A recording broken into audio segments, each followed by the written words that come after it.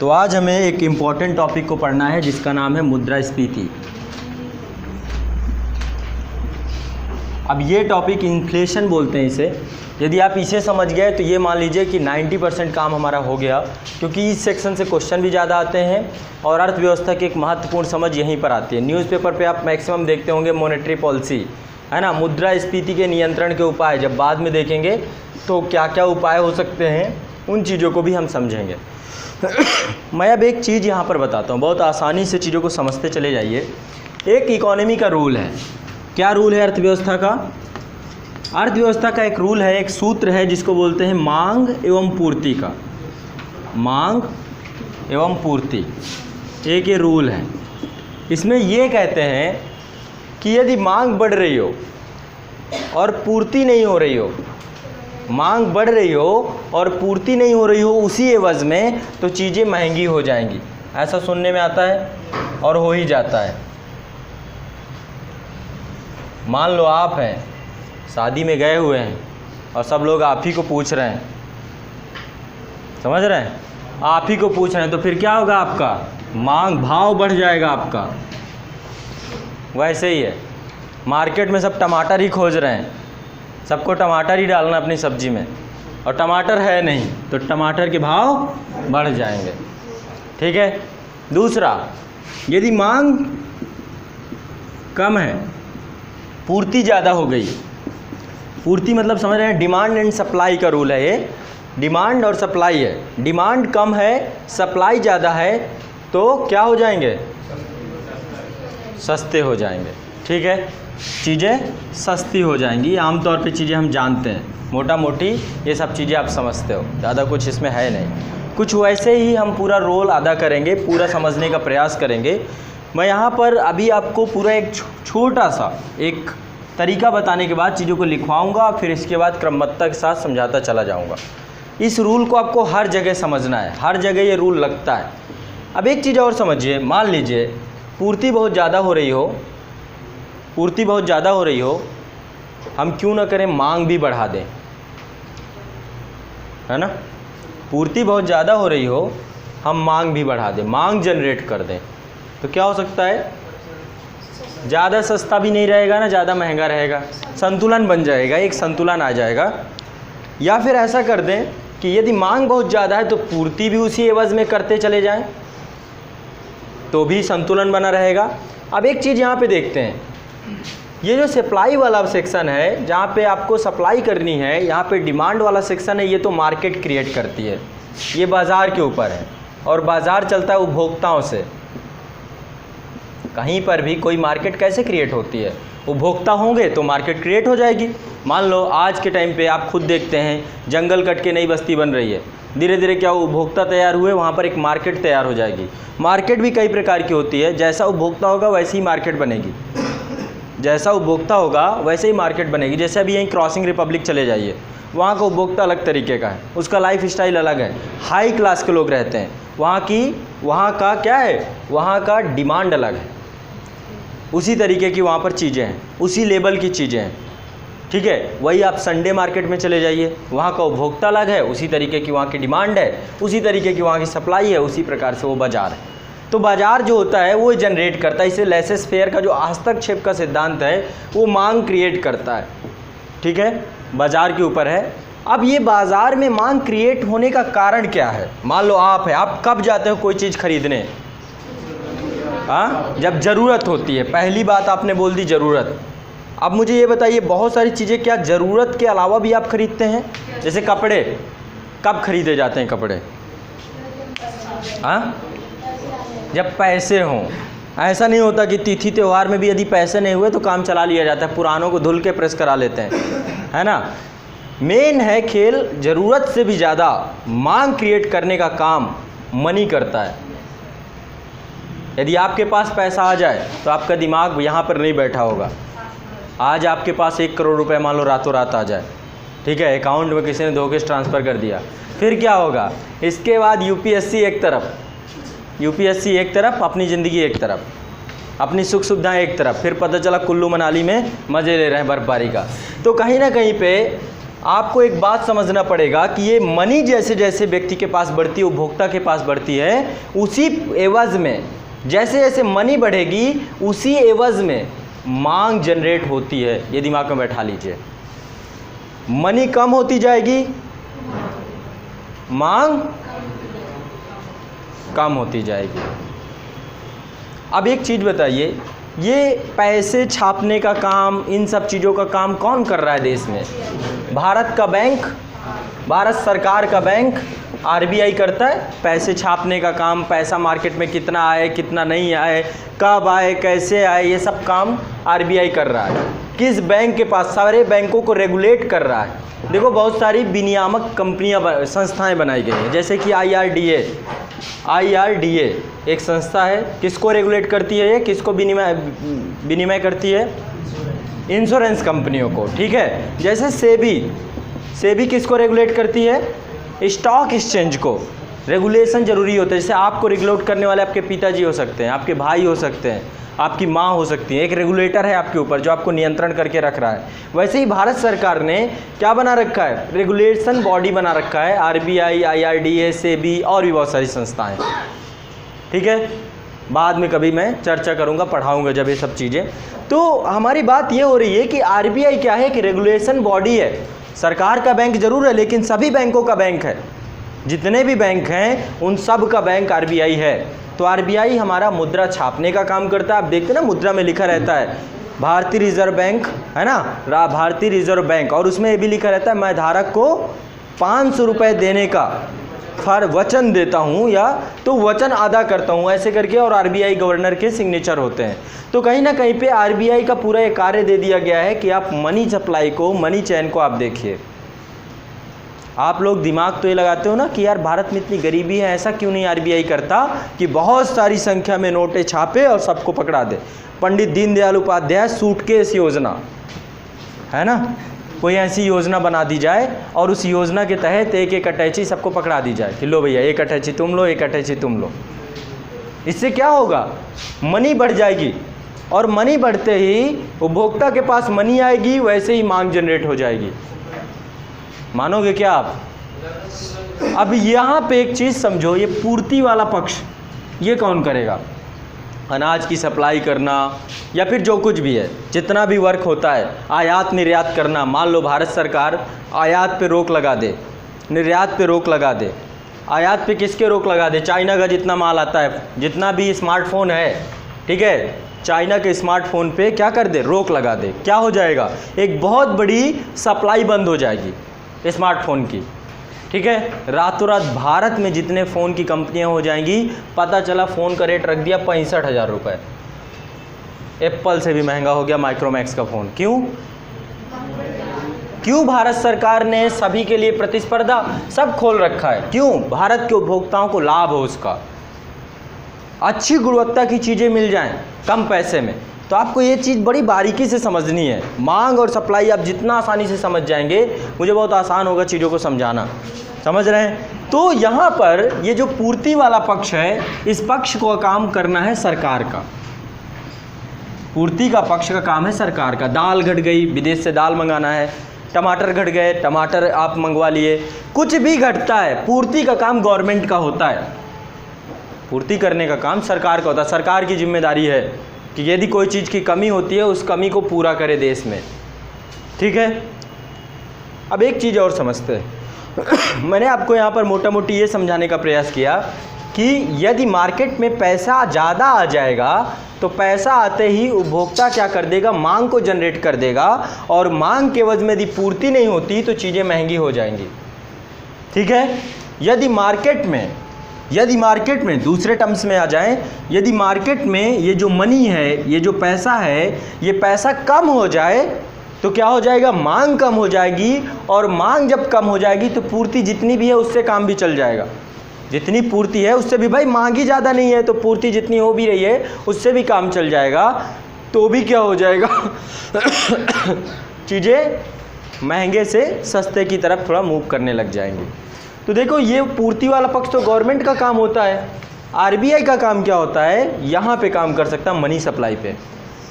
RBI money supply पे काम कर सकता है, मार्केट में चाहे तो पैसा डाल दे, चाहे तो पैसा अपने पास ले ले, बहुत आसानी से। आरबीआई चाहे तो मार्केट में पैसा डाल दे, चाहे तो पैसा अपने पास ले ले, ठीक है, ये भी हो सकता है। अब देखो नोटबंदी का टाइम पीरियड था, नोटबंदी में सोचो क्या हुआ था। कुछ नोटों की वैल्यू ख़त्म हो गई, इलीगल हो गई। जो नोटें थीं जो आपके पास रखी हुई थीं, उनकी वैल्यू को भारत सरकार ने कहा कि इनकी अब कोई वैल्यू नहीं है। कब? 8 नवंबर रात 12 बजे के उन्होंने मना कर दिया कि भाई ये नोटें अब नहीं चलेंगी देश में। तो आप तो रातों रात जितना पैसा था कोई मतलब नहीं, बेसमेंट भर रखे थे, सब खत्म। तो अब भारत सरकार ने कहा कि भाई इतना जाके डेली बदलो, उससे जो नई करेंसी आए उसको जा कर के आप क्या कर लीजिए, उससे जाके परचेजिंग पावर क्रिएट कीजिए, अपनी क्रय शक्ति को बनाइए। तो यहाँ पर भी आप देखते हैं नोटबंदी के दौरान भी महंगाई हुई थी क्या? महंगाई हुई थी क्या नोटबंदी के दौरान? चीज़ें महंगी हुई थी क्या? नोटबंदी का प्रभाव क्या महंगाई के रूप में सामने आया था क्या? नोटबंदी के दौरान क्या हो गया? मार्केट पूरा बंद हो गया, मंदी आ गई। हाँ, सारे सेक्टर में, जो भी सेक्टर में जाए, रियल इस्टेट सेक्टर, जितने भी सेक्टर हैं, मंदी आ गई। क्यों? लोगों के पास पैसा ही नहीं है। रातों रात जो पैसा था उनका इलीगल घोषित हो गया।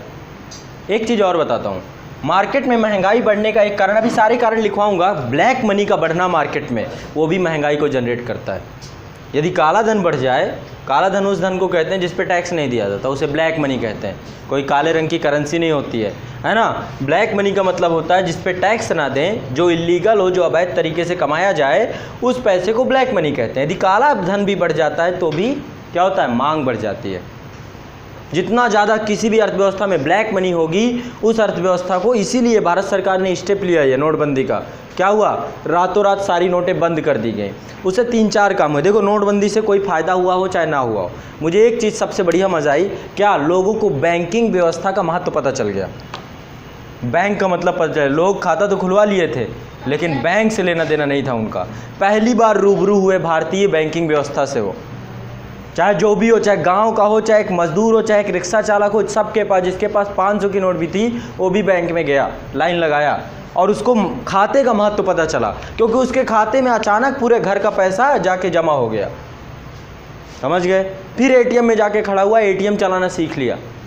तो नोटबंदी का सबसे बड़ा ये मुझे देखने को मिलता है कि देश की बैंकिंग व्यवस्था में लोगों का प्रत्यक्ष जुड़ा हुआ उससे। पहली चीज़ तो ये हुई। दूसरी चीज़ क्या है?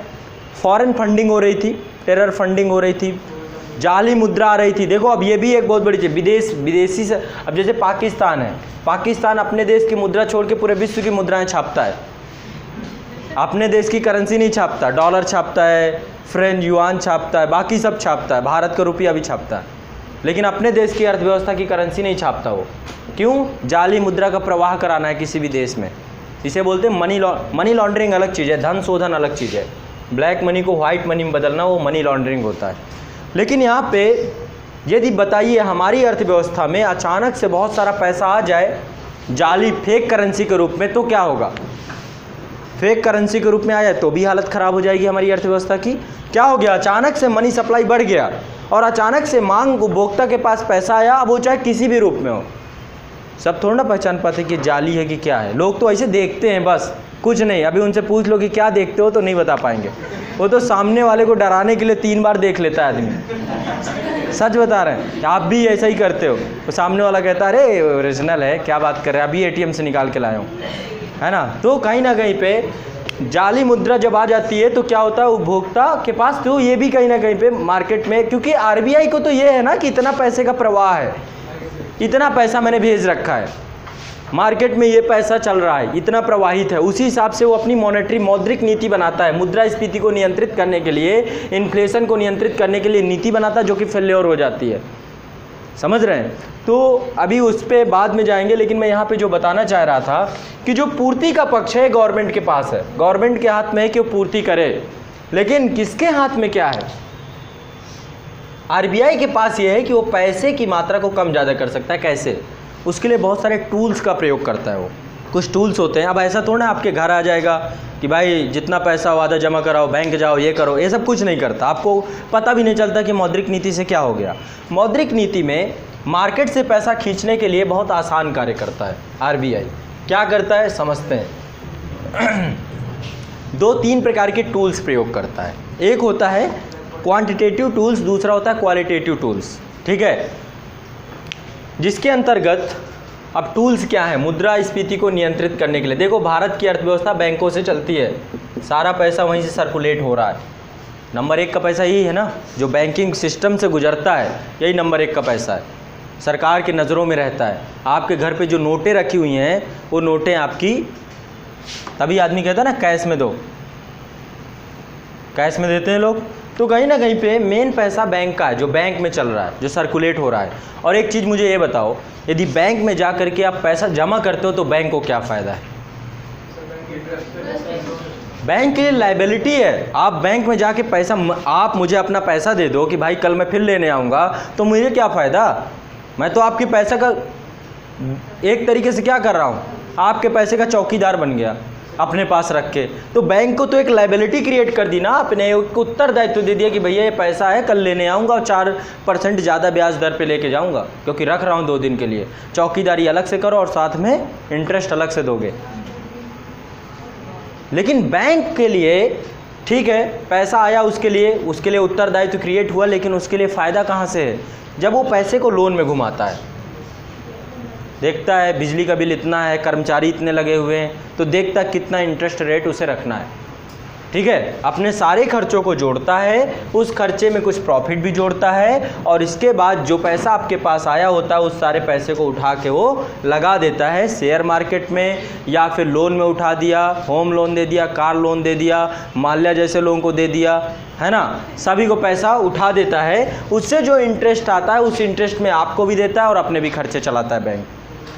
समझ रहे हैं? यानी सारा खेल कहाँ पे हो रहा है? लोन पे हो रहा है। सारा खेल ऋण लेने और देने पे हो रहा है। कहाँ पे हो रहा है? या तो ऋण दिया जा रहा है या तो ऋण लिया जा रहा है, यहाँ पे पूरा खेल हो रहा है। यदि ये बंद हो जाए तो अब आरबीआई कुछ नहीं करता। देखो कुछ चीज़ें होती हैं, बैंक को कुछ चीज़ें, अपना पैसा जो आप दे कर आते हो बैंक के पास, जैसे बैंक को आपने मान लीजिए 1000 रुपये जमा करके आए, ठीक है, मोटा मोटी बता रहे हैं, तो बैंक को इस पैसे को मेंटेन करके रखना पड़ता है। ऐसा नहीं कि सारा पैसा क्या हुआ लोन पे उठा दिया। ऐसा नहीं है कि आपका 1000 रुपये आप दे के आए और सारा 1000 रुपये किसी और को दे दिया। मान लो कल ही पहुंच गए आप कि भैया पैसा चाहिए, है ना, कल ही पहुंच गए आप। अभी मैं आपको बताऊंगा बैंक किस तरीके से 1000 रुपये से 1 लाख रुपए बनाता है। बैंक में यदि आप 1000 रुपये जमा करके आते हैं तो बैंक 1 लाख रुपए बनाता है उससे। 1 लाख की पूंजी होती है उसके लिए 1000 रुपये। ठीक है, आगे अभी चर्चा में सब चीज़ें आएंगी तब हम देखेंगे। तो मैं यहाँ पे चर्चा ये कर रहा था कि जो बैंक होता है उसको कुछ चीज़ें मेंटेन करनी पड़ती हैं। आपके पैसे को कहीं रखना होता है, उसके लिए रूल रेगुलेशन सब आरबीआई तय करता है। आपके पैसे को कई रूपों में रखता है वो। क्या हो सकते हैं देखते हैं। पहला होता है CRR, ठीक है, ये सब रिजर्व रेशियो हैं, अभी क्या है सब चर्चा करेंगे। कुछ पैसे को आपके यहाँ पे रख देना होता है। कितना होता है? अभी कितना है? ये कम ही होता है, ज़्यादा नहीं रखा गया, 4% रखा गया, क्योंकि ये केवल कैश में रखा जाता है, क्योंकि ये पूरा पैसा केवल कैश में रखा जाता है। ठीक है, यानी कि बैंक को इससे कोई फ़ायदा नहीं होता। 1000 की नोट 1000 की तो रहेगी 4 साल बाद 5 साल बाद, कैश में रखा हुआ है वो, इससे कोई फायदा, CRR से बैंक को कोई फ़ायदा नहीं होता, क्योंकि वो कैश में रखा है तो रखा है। ठीक है, दूसरे नंबर पे होता है SLR, ये भी मेंटेन करना पड़ता है। अब ये सब चीज़ें लिखवाऊंगा, छपवाऊंगा, पहले समझना है बस। बैंक को जो आप पैसा दे के आते हो तो उस पैसे को क्या करता है, कुछ सिस्टम पे क्रिएट करके रखता है। ठीक है, लगभग ये कितना चल रहा है अभी? 20%, 19 कर दिया गया। ठीक है, अभी इसका करंट देखेंगे, करंट में क्या चल रही है मौद्रिक नीति। ठीक है, तो SLR में कुछ पैसा रखना पड़ता है। देखो होता क्या है, मान लो पैनिक क्रिएट हो जाए, पता चला PNB ने फ़ोन किया स्टॉक एक्सचेंज को और बताया कि मेरे लेटर ऑफ अंडरटेकिंग में प्रॉब्लम आ गई, मुंबई के एक ब्रांच में लोग पैनिक में आ गए और सारा पैसा PNB से निकालना चालू कर दिए। नीरव मोदी का मामला हुआ था, PNB का विश्वास उठ गया रातों रात, अरे ये दिवालिया हो जाएगा, 11,000 करोड़ का घोटाला हो गया, बैंक के पास पैसा नहीं रहेगा। तो लोग क्या करते हैं, रातों रात पहुंच जाते हैं। मान लो बैंक के पास आज पैसा जमा है, अब 20 लाख रुपए लोगों ने जमा कर दिया PNB के पास, रातों रात पीएनबी का क्या हो गया, विश्वास उठ गया लोगों से। आप क्या करोगे, लाइन पे लग जाओगे, कतारों पे लग जाओगे, एटीएम पे लग जाओगे कि जितना पैसा हो निकाल लें। अब पता चला 20 लाख रुपए आपने जमा किया था और पीएनबी ने 20 लाख का 20 लाख उठा दिया है लोन पे, खाली पड़ा है बैंक, कोई पैसा नहीं है। अब क्या करेगा। बैंकों में आमतौर पे होता क्या है, देख तो 2 तरीके की लाइनें लगी होती हैं, एक निकालने वालों की होती है, दूसरी तरफ जमा करने वालों की होती है। तो होता कुछ नहीं है, जो जमा करके जाते हैं उन्हीं का पकड़ा देते हैं, समझ रहे हैं। और शाम को जितना बच जाता है, शाम को यदि हो सकता है, कभी कभी नोटबंदी के दौरान तो आपने बड़े नज़दीक से यदि देखा हो, नोटबंदी के दौरान ये हुआ कि बैंक में 1 रुपया रह ही नहीं गया, खाली पड़ गया बैंक पूरा।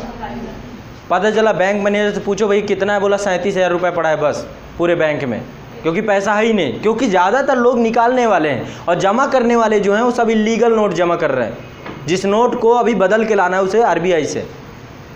क्या सिस्टम था, बैंक जाता था पहले, जैसे कि मान लो आप एसबीआई में जमा करके आए 20 लाख रुपए का, आपने 500,000 की नोटें जमा कर दी पुरानी वाली, तो 20 लाख रुपए लेकर जाएगा, ठीक है, और 20 लाख रुपए वापस 2,000 की नई नोटें लेकर आएगा बैंक। ऐसे थोड़ा ना था कि आरबीआई लुटाए पड़ा था कि ले जाओ जाओ मस्त करो, पहले उतना लेकर आओ फिर इतना लेके जाओ, पूरा सिस्टम था उसमें। ऐसा नहीं था कि कोई कितना भी यहाँ भंडारा खुला हुआ है बाबा जी का, है ना, जाओ 2,000 की नोटें पड़ी हैं उठा ले जाओ जाके बांट दो, ऐसा कुछ नहीं। तभी पता चलेगा ना कि कितनी मनी आई, कितनी कहाँ आई, कैसे आई, कहाँ पे घोटाला चल रहा है, कैसे क्या हो रहा है। तो कहीं ना कहीं पे बैंक को पूरा एक सिस्टम क्रिएट करके रखना पड़ता है।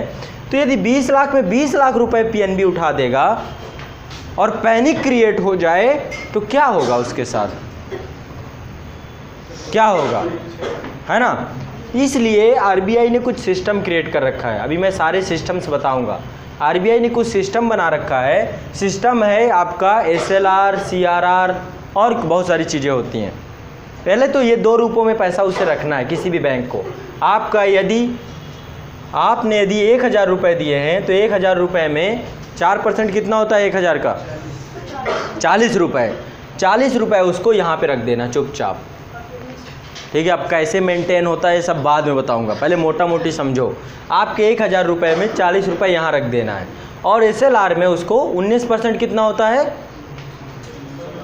हाँ 190 रुपये यहाँ पे रख देना है। लेकिन यहाँ पे जो पैसा रखता है वो कई रूपों में रख सकता है। गोल्ड में रख सकता है, गवर्नमेंट सिक्योरिटी खरीद के रख सकता है ना, या फॉरेक्स रिजर्व रख सकता है, या फिर कैश में भी रख सकता है, एज यू विश। तरलता अनुपात है, लिक्विडिटी, लिक्विड होना चाहिए, लेकिन ऐसा नहीं होना चाहिए कि लिक्विड ना हो। पता चला ऐसी ज़मीन खरीद लिया और पता चला जब मार्केट में लोग लेने आए पैसा, ज़मीन बिकी नहीं रही, कोई ख़रीदने को तैयार नहीं है। तो लिक्विड में होना चाहिए पैसा, लिक्विडिटी होनी चाहिए उसकी। गोल्ड एक लिक्विड चीज़ है, ठीक है। फॉरेक्स रिजर्व लिक्विड चीज़ है। लिक्विडिटी मतलब समझते हैं, पानी नहीं होता, तरलता। जैसे आपके पास मान लो अभी पैसा है, 500 की नोट है, मैं आपसे मांगूँ तुरंत मैं एक्सेप्ट कर लूँगा कि हाँ चलो 500 रुपये आपके हैं, मैं ले लूँ। पता चला 500 रुपये की आप किताबें लिए हुए हैं, बोले सर ये ले लो आप, है ना। 500 रुपये किताबें लेके सर ये ले लो, 500 की लक्ष्मीकांत अभी खरीद के लाए हैं, मैं कहूँगा इसको किसी और को बेचो, मुझे चाहिए। तो क्या होगा, किताब आपकी लिक्विड नहीं है, तुरंत आप उससे मैं संतुष्ट होने वाला नहीं हूँ कम से कम, या कोई चीज़ आपको मिलने वाली नहीं, एक्सचेंज नहीं हो सकता उससे, तुरंत नहीं, विनिमय नहीं कर सकते तुरंत। अब पता चला बेचने में लक्ष्मीकांत लग गए 15 दिन, OLX में डाला, सब जगह डाला, है ना, दोस्त को मोटिवेट किया कि क्या पढ़ रहे हो, लक्ष्मीकांत पढ़ना चाहिए, तब कहीं जाके वो जाके आपकी किताब खरीदने को तैयार हुआ। बोले वहाँ जाओगे इतने की मिलेगी, मैं आपको 10 रुपये सस्ते में दे दूँगा। पता चला 500 की चीज़ लाए थे, 490 ही बचे। मैंने बोला आप 10 रुपये कहाँ से लाओगे, तो 10 रुपये के लिए मजदूरी करने गए, है ना। तो कहीं ना कहीं पे ओवरऑल लिक्विडिटी, लिक्विड रूप में इसको रखना पड़ता है। इसके अलावा आरबीआई देखो होता क्या है, सिस्टम अभी बहुत आसानी से चीज़ें समझ में आएंगी। बैंक को ये सब चीज़ें मेंटेन करके रखनी पड़ती हैं, ठीक है। मान लो अभी ये 4% है, तो अभी 40 रुपये रख रहा है ना। बाकी का पैसा यहाँ पे 19% है, 190 रुपये रख रहा है, तो टोटल कितना रख रहा है इसमें, इन दोनों में कितना रख रहा है, 230 रुपये रख दिया। बाकी कितना बचा, 1,000 में 230 घटाइए, 770 रुपये घुमाना शुरू कर दिया लोन में, है ना। 770 रुपये लोन में घुमाना शुरू कर दिया, यानी मार्केट में ज़्यादा पैसा जा रहा है। अभी आरबीआई को कुछ नहीं करना, इसको बढ़ा के कर देना है 8%, मान लीजिए मे भी इसको कर देना है 25%। अब बताइए कितना होगा, ये 80 रुपये हो जाएगा। अब उसको 1000 रुपये आप जमा करके आएंगे तो यहाँ पे 80 रखना पड़ेगा और यहाँ पे कितना रखना पड़ेगा, 250 रुपये। 80 और 250 कितना हो जाएगा, 330 रुपये। अब वो लोन में कितना घुमाएगा, कम पड़ गया। अब मार्केट से क्या होगा, अचानक जब इनको बढ़ा देने से तो जो लोन में पहले 770 रुपये घुमा रहा था अब कितना घुमाएगा। आरबीआई ने क्या किया, बैठे बैठे वहीं से मनी सप्लाई को कंट्रोल कर लिया, सीआरआर बढ़ा के, एसएलआर बढ़ा के। अब वो लोन में घुमाने के लिए उसके पास पैसा ही कम पड़ गया। समझ रहे हैं, समझिए, बहुत छोटे छोटे से बहुत बारीकी समझा रहा हूँ, वैसे बहुत बुद्धि खराब हो जाती है इनको पढ़ने से। ठीक है, आपको आसानी से चीज़ों को समझना है और मुद्रास्फीति आप बहुत ही बारीकी से जान के बहुत अच्छे से क्वेश्चन कर पाएंगे, सारे जितने भी आते हैं बहुत आसान क्वेश्चन आते हैं। और भी बहुत सारी चीज़ें होती हैं। अब देखो, ये जो आपका लोन में आपका उठाएगा कोई भी बैंक, तो लोन में उठाने के लिए क्या करता है, वो आपसे एक पर्टिकुलर ब्याज चार्ज लेता है। आपको बोलेगा 12% के, 8% के, 9% के, उस हिसाब से हर बैंक का अलग अलग होता है। ठीक है, आपसे भी लेता है। सेविंग अकाउंट में तो सिर्फ आपको 4% देता है, कुछ बैंक 3.5% देते हैं। ठीक है, लेकिन वो आपको जब उठाएगा, आप ही उसके पास गए तो आपको उठाने के बाद कितना दे रहा है, 12%, 8%, 9% ले रहा है। ठीक है और भी बहुत सारी चीज़ें होती है, समझते हैं। एक होता है बैंक रेट। कोई बताएगा बैंक रेट क्या होता है, बताइए। आरबीआई देती है बैंकों को, उसे बैंक रेट कहते हैं। बैंक जो देखो, हाँ अभी चर्चा करते हैं। देखो क्या होता है, कभी कभी बैंकों के पास पैसा नहीं होता, इन्वेस्ट के अपनी नई ब्रांच खोलना है, ठीक है, या फिर अचानक पैनिक क्रिएट हो गया, बैंक ने क्या किया, पैसा उठा दिया है कहीं और, सारे लेने वाले आ गए हैं, तो क्या करता है वो, अरे मान लो एसबीआई में सारा पैसा, जितना पैसा है एसबीआई के पास, कुछ सीआरआर में रखा है, कुछ एसएलआर में रखा हुआ है और बाकी का पैसा लोन में उठा दिया गया। अब अचानक से ऐसा हो गया कि मार्केट में लोगों को पैसे की ज़रूरत पड़ गई, लोग सब एसबीआई खड़े हो गए कि भाई पैसा चाहिए, पैसा चाहिए, पैसा चाहिए। कहाँ से पाएगा पैसा, जमा करने वाला कोई नहीं है, सब मांगने वाले आ गए। तो क्या करेगा एसबीआई, कुछ नहीं, सरकार से बैंक आरबीआई के पास जाएगा, उससे कहेगा भाई कुछ पैसा दे दो कुछ समय के लिए। तो आरबीआई कहेगा मैं भी आपसे ब्याज लूँगा, है ना, ऐसे थोड़ा ना देगा, वो भी ब्याज लेगा। भाई आप सबसे ले रहे हो तो हम भी आपसे लेंगे, सब ब्याज से उठाते हैं, सीधी सिंपल सी बात। आप दोस्त को फ़ोन करेंगे तो वो खुद बताता है कि 20,000 रुपये दे रहा हूँ, 5 दिन बाद 25,000 रुपये लूँगा। अब बहुत इमरजेंसी है तो कहते हैं चल ठीक है, चल 5,000 तू ही कमा ले, है ना, अपना दोस्त है, अपना यार है। तो 50 चीज़ें उन पे अभी नहीं जाएंगे। मेरी बात यहाँ पे ये हो रही है कि यहाँ पर सीआरआर, एसएलआर, इसके साथ साथ बैंक रेट। आपको बैंक रेट क्या होता है, ये जब इनको ज़रूरत पड़ी, अब एसबीआई को ज़रूरत पड़ी, किससे, आरबीआई से, तो कई रूपों में पैसा लेते हैं ये। कभी कभी होता है कि हमें दीर्घकालीन बहुत ज़्यादा पैसा, मान लो एसबीआई को कोई बहुत बड़ा इन्वेस्टमेंट करना है अपना, या कोई नई तकनीकी लानी है। अब तकनीकी बदल रही है ना, देख रहे हैं ना, सारा कुछ ऑनलाइन का ज़माना आ रहा है ना, तकनीकी में चेंज करना है, कुछ इनोवेशन करना है, और भी बहुत खर्चे होते हैं। विदेशों में ब्रांच डालनी है ना, या फिर कोई इंफ्रास्ट्रक्चर डेवलप करना है, बहुत बड़ी संख्या में अपने पास ब्रांचेस खोलनी है, एटीएम्स लगाने हैं। तो कभी कभी होता है कि बहुत बड़ी मात्रा में पैसे की ज़रूरत पड़ जाती है, या कोई बहुत बड़ा इन्वेस्टमेंट है किसी बैंक का। तो उस रूप में क्या हो सकता है कि आरबीआई के पास जाएगा, बोलेगा मुझे पैसा चाहिए, लेकिन 1-2 साल के लिए नहीं चाहिए भाई, दीर्घकालीन के चाहिए। ठीक है, तो मैं बोलेगा ले लो, उसके लिए रहता है बैंक रेट, उसे बोलते बैंक रेट। आरबीआई कहेगा आप पैसा ले जाओ, लेकिन आपको मैं बैंक रेट के आधार पे आपसे ब्याज वसूलूंगा। ठीक है, उसे बैंक रेट बोलते हैं, अभी मैं बताऊंगा। एक होता है आपका रेपो रेट। रेपो रेट क्या होता है, जब मान लो एसबीआई को ज़रूरत है, मान लो बिजली का बिल आ गया बहुत ज़्यादा, अब पैसा है नहीं, तो बिजली का बिल भरने के लिए कि भाई अब तुरंत भरना नहीं, लाइट कट जाएगी बैंक की, तो क्या करेगा, ऐसे नहीं जाता। बिजली के बिल के लिए कौन जाएगा, आरबीआई के पास। मान लो ज़रूरत पड़ गई कुछ समय के लिए, 15 दिन के लिए, 15 दिन के लिए ही होता है, लघु अवधि के लिए, आप अल्प अवधि के लिए पैसे की ज़रूरत पड़ती है, तो बैंक जाता है आरबीआई के पास रेपो रेट के माध्यम से। लघु अवधि के लिए ऋण लेने के लिए बैंक आरबीआई से जब मांगता है तो क्या होता है, इसे बोलते हैं रेपो रेट। ठीक है, अभी चर्चा सबकी करेंगे, बस समझते रहिए। एक होता है रिवर्स रेपो रेट, कभी कभी उल्टा हो जाता है। रिवर्स रेपो रेट उल्टा क्या हो जाता है, कभी कभी आरबीआई संकट में पड़ जाता है, कभी कभी आरबीआई संकट में पड़ जाता है। देखो, संकट में पड़ने का मतलब ये नहीं है, कभी कभी क्या होता है, मान लो भारत सरकार है, ठीक है, कोई योजना चला रही है, मनरेगा चला रही, कुछ चला रही, भारत सरकार को पड़ गया संकट, है ना, तो भारत सरकार के पास पैसा नहीं है। अब ऐसा भी होता है, भारत सरकार के पास भी पैसा नहीं होता, तो भारत सरकार ऐसा थोड़ा ना कि आरबीआई को फ़ोन लगाया बोला 3 कट्टा छाप दो, ऐसा नहीं होता, 3 पेटी भेज दो, 4 पेटी, ऐसा कुछ नहीं होता। आरबीआई आपको पैसे लेने से पहले, भारत सरकार, मान लो मोदी जी का फ़ोन पहुंचा, कितना पैसा चाहिए, तो आरबीआई कहेगा कि पहले गवर्नमेंट सिक्योरिटी रख दो, आपके पास कुछ हो, है कुछ रखने के लिए, पैसा ऐसे नहीं छपता है। तो पहले क्या होता है, प्रतिभूतियां रखवा ली जाती हैं, गारंटी में कुछ चीज़ें रखवा ली जाती हैं, तो सरकार क्या करती है, गवर्नमेंट सिक्योरिटीज़ जो है छापती है और आरबीआई को रख देती है कि लो भैया, भारत सरकार हूँ मैं, संचित निधि में खूब पैसा आता है, टैक्स वैक्स सब कुछ है, ये लो गवर्नमेंट सिक्योरिटीज़ इतने करोड़ की हैं, इतना करोड़ छाप के दे दो। तो आरबीआई गवर्नमेंट सिक्योरिटी रख लेगा अपने पास और भारत सरकार को छाप के दे देगा। सिस्टम है हर चीज़ का, ठीक है, वो अलग चीज़ है, उस पर नहीं जाएंगे। तो रिवर्स रेपो रेट है, कभी कभी आरबीआई को पैसे की ज़रूरत पड़ती है तो आरबीआई बैंकों से मांगता है, बोलता है क्या, बोले हाँ है, तो रिवर्स रेपो रेट आरबीआई को जब ज़रूरत होती है लघु अवधि के लिए, कुछ समय के लिए आरबीआई को चाहिए। ठीक है, और एक चीज़ ध्यान रखना, एक दूसरे पे विश्वास नहीं करते। जैसे एसबीआई ने कहा कि मुझे रेपो रेट में अल्पावधि के लिए कुछ पैसा चाहिए, तो आरबीआई क्या करेगा, बोलेगा कुछ है रखने के लिए, मान लो ना दो 15 दिन बाद तुम, तो क्या करेंगे हम, तो इसमें रखना पड़ता है कुछ ना कुछ, गवर्नमेंट सिक्योरिटीज़ रखनी पड़ती हैं, बिना गवर्नमेंट सिक्योरिटी का काम नहीं चलेगा। ठीक है, और आरबीआई के साथ ये बैंक भी खेल जाते हैं, बोलते हैं अब आपको भी रखना पड़ेगा, आप हमसे तो लेते हैं। ठीक है, तो उसकी चर्चा हम लोग अभी करेंगे। इसके बाद और भी चीज़ें होती हैं। क्या होता है, मनी सप्लाई रोकने के लिए आरबीआई कई टूल्स का और प्रयोग करता है।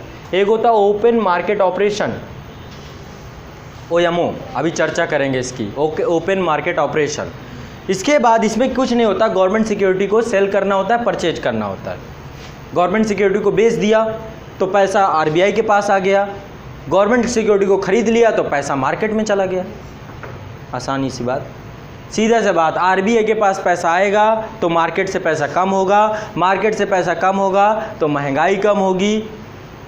ठीक है, आरबीआई के पास से पैसा मार्केट में जाएगा तो मार्केट में पैसा ज़्यादा होगा, मार्केट में पैसा ज़्यादा होगा तो महंगाई बढ़ जाए। बहुत सिंपल सा रूल है, समझ रहे हैं। आरबीआई के पास पैसा आता है तो महंगाई कम होती है, आरबीआई से पैसा जाता है तो महंगाई, सिंपल सी बात समझो। आपके पिताजी मान लो आरबीआई हैं कुछ समय के लिए, ठीक है, पिताजी आरबीआई हैं, जब पिताजी पैसा देते हैं तो आप खर्च करना खूब चालू कर देते हो। पिताजी के पैसे में तो कुछ सोचना है नहीं, कमाया तो हमने है नहीं, है ना, तो खूब खर्च करते हो, जो पाते हो वो खाते हो, है ना। यदि वहीं पर पिताजी ने यदि 4 पैसे मांग लिए आपसे, तो ज़िंदगी भर बताते हैं ना आप कि मैंने दिया था, देखिए आपको, तब आपको ज़रूरत पड़ी थी, आपको 1200 रुपये की ज़रूरत पड़ी थी, मैंने दिया था आपको, होता है ना हमेशा। तो बहुत सिंपली इन चीज़ों को समझना है, बहुत ज़्यादा क्रिटिकल नहीं बनाना है, मैं बहुत आसानी से चीज़ों को समझाता जाऊंगा, ये सब अभी आगे आएगा। ठीक है, हेडिंग डालिए इन्फ्लेशन, मुद्रास्फीति, इन्फ्लेशन, मुद्रास्फीति, इन्फ्लेशन, मुद्रास्फीति।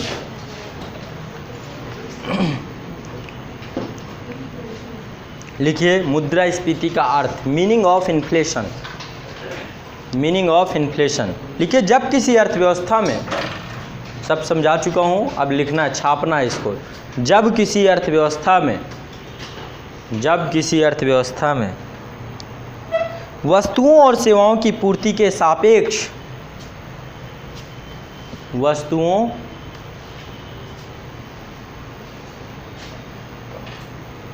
और सेवाओं की पूर्ति के सापेक्ष, वस्तुओं एवं सेवाओं की पूर्ति के सापेक्ष सेवाओं वस्तुओं एवं सेवाओं की पूर्ति के सापेक्ष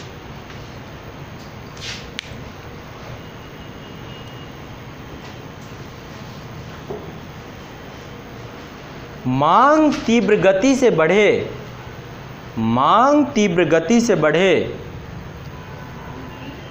मांग तीव्र गति से बढ़े, मांग तीव्र गति से बढ़े, परिणाम स्वरूप वस्तुओं और सेवाओं के मूल्य में सतत वृद्धि बनी रहे, परिणाम स्वरूप वस्तुओं एवं सेवाओं, परिणाम स्वरूप वस्तुओं एवं सेवाओं के मूल्य में सतत वृद्धि बनी रहे,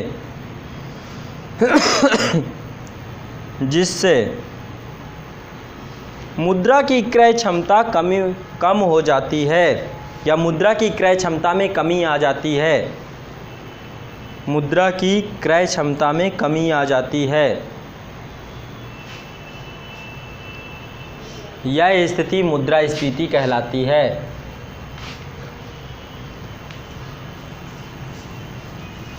यह स्थिति मुद्रास्फीति कहलाती है, इन्फ्लेशन की स्थिति होती है।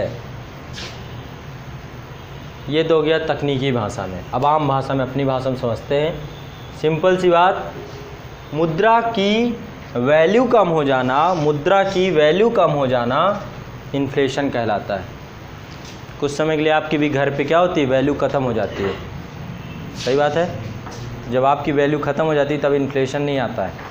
लेकिन मुद्रा की वैल्यू जब ख़त्म हो जाती है, मान लो 10 रुपये था, 10 रुपये लेके बाज़ार जा रहा हूँ, पूरा झोला, फुल झोला सब्जी भर के ला रहा हूँ। कभी होता है 10 नहीं 100 रुपये में, तब भी 100 रुपये में आती थी सब्जी। 100 रुपये में गए, खूब लेकर आए, 5 किलो आलू, 5 किलो टमाटर, प्याज, बिल्कुल उठाया नहीं हो रहा है। ठीक है, यानी मुद्रा के पास इतनी पावर है कि 10 किलो में आप जा कर के 100 रुपये लेकर गए और 5 किलो आप आलू लेकर चले आए। मुद्रा के पास इतनी वैल्यू है। लेकिन एक समय ऐसा आया कि 100 रुपये इक्वल टू 1 kg का आलू, बस 1 किलो आलू मिलेगा 100 रुपये में। ऐसी कंडीशन आ गई तो मुद्रा की वैल्यू ख़त्म हो गई।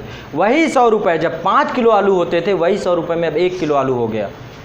क्या हो गया, मुद्रा की वैल्यू, इसकी वैल्यू ख़त्म हो गई, पैसे की वैल्यू कम हो गई। तो पैसे की वैल्यू कम हो जाने को मुद्रास्फीति कहते हैं। हाँ, किसके रिस्पेक्ट में, वो सब अलग है। पेट्रोल के ऊपर क्यों जा रहे हैं अभी आप, वो अलग है।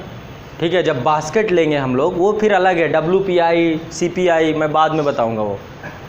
ठीक है, अभी क्यों इस पे पढ़ रहे हैं आप, पहले साधारण चीज़ों को समझिए, फिर टेक्निकल पे जाएंगे। ठीक है, तो मुद्रा की वैल्यू, मुद्रा की कीमत कम हो जाने को मुद्रास्फीति कहते हैं। ठीक, ज़्यादा कुछ, आम भाषा में इसको महंगाई बोलते हैं।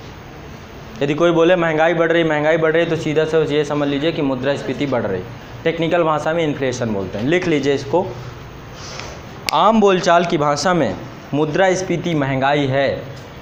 आम बोलचाल की भाषा में मुद्रास्फीति का मीनिंग मतलब महंगाई है। नेक्स्ट, रीज़न बिहाइंड इन्फ्लेशन, क्या कारण है मुद्रास्फीति के, कारण क्या है?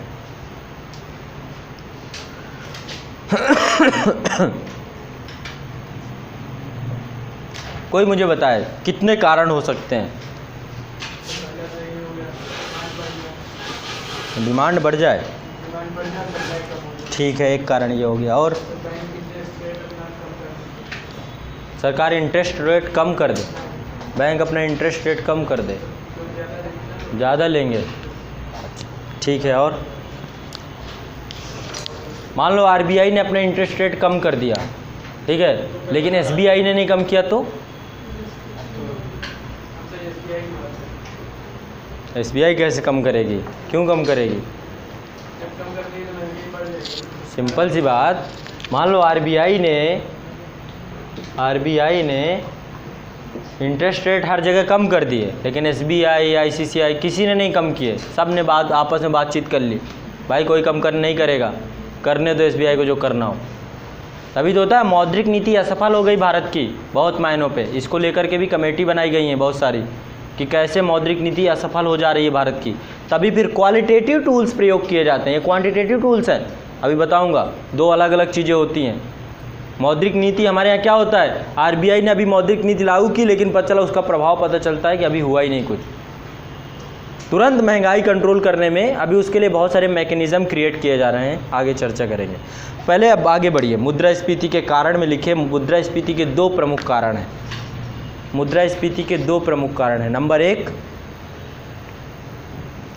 डिमांड पुल इन्फ्लेशन, यानी मांग से प्रेरित स्फीति, मांग प्रेरित मुद्रास्फीति, मांग प्रेरित मुद्रास्फीति, यानी कि डिमांड पुल, डिमांड इसे पुल कर रहा है, डिमांड पुल इन्फ्लेशन, ठीक है। पहला ये होता है। मांग प्रेरित मुद्रास्फीति, मांग इतनी बढ़ गई, उसके एवज में सप्लाई नहीं बढ़ पाई, जिसके कारण से क्या हो गया, चीज़ें महंगी हो गई। पहला तो ये मैं समझा चुका हूँ। दूसरा एक और कारण होता है, कोई बताएगा दूसरा कारण क्या है? और क्या कारण है जिसके कारण से मुद्रास्फीति बढ़ जाती है?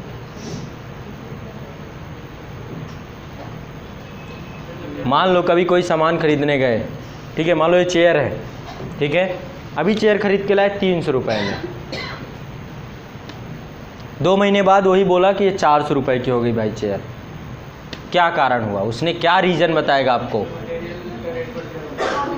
लागत बढ़ गई होगी, कुर्सी की लागत बढ़ गई, बनाने में महंगा हो गया, मटेरियल अच्छा यूज हो गया, या फिर मटेरियल लोहा ही महंगा हो गया, तो दूसरी सामग्री के महंगे हो जाने के कारण से बाकी जो चेन सिस्टम, लोहे से बनने वाली जितनी भी चीज़ें सब महंगी हो गई। तो लिखिए नेक्स्ट, दूसरा कारण है लागत प्रेरित मुद्रास्फीति, कॉस्ट पुल, इसे कॉस्ट पुल बोलते हैं, कॉस्ट पुल इन्फ्लेशन, लागत प्रेरित मुद्रास्फीति, लागत प्रेरित मुद्रास्फीति। इनको कहिए सीधा लिखें, अलका जी सीधे प्रयास कीजिए, जब सीधा लिखेंगी तो सीधे बनेंगे अक्षर। कोई भी लेटा हुआ बिस्तर लगा के मत लिखवाए, ठीक है, सब सीधे लिखना है अक्षरों को ताकि दिखाई दें,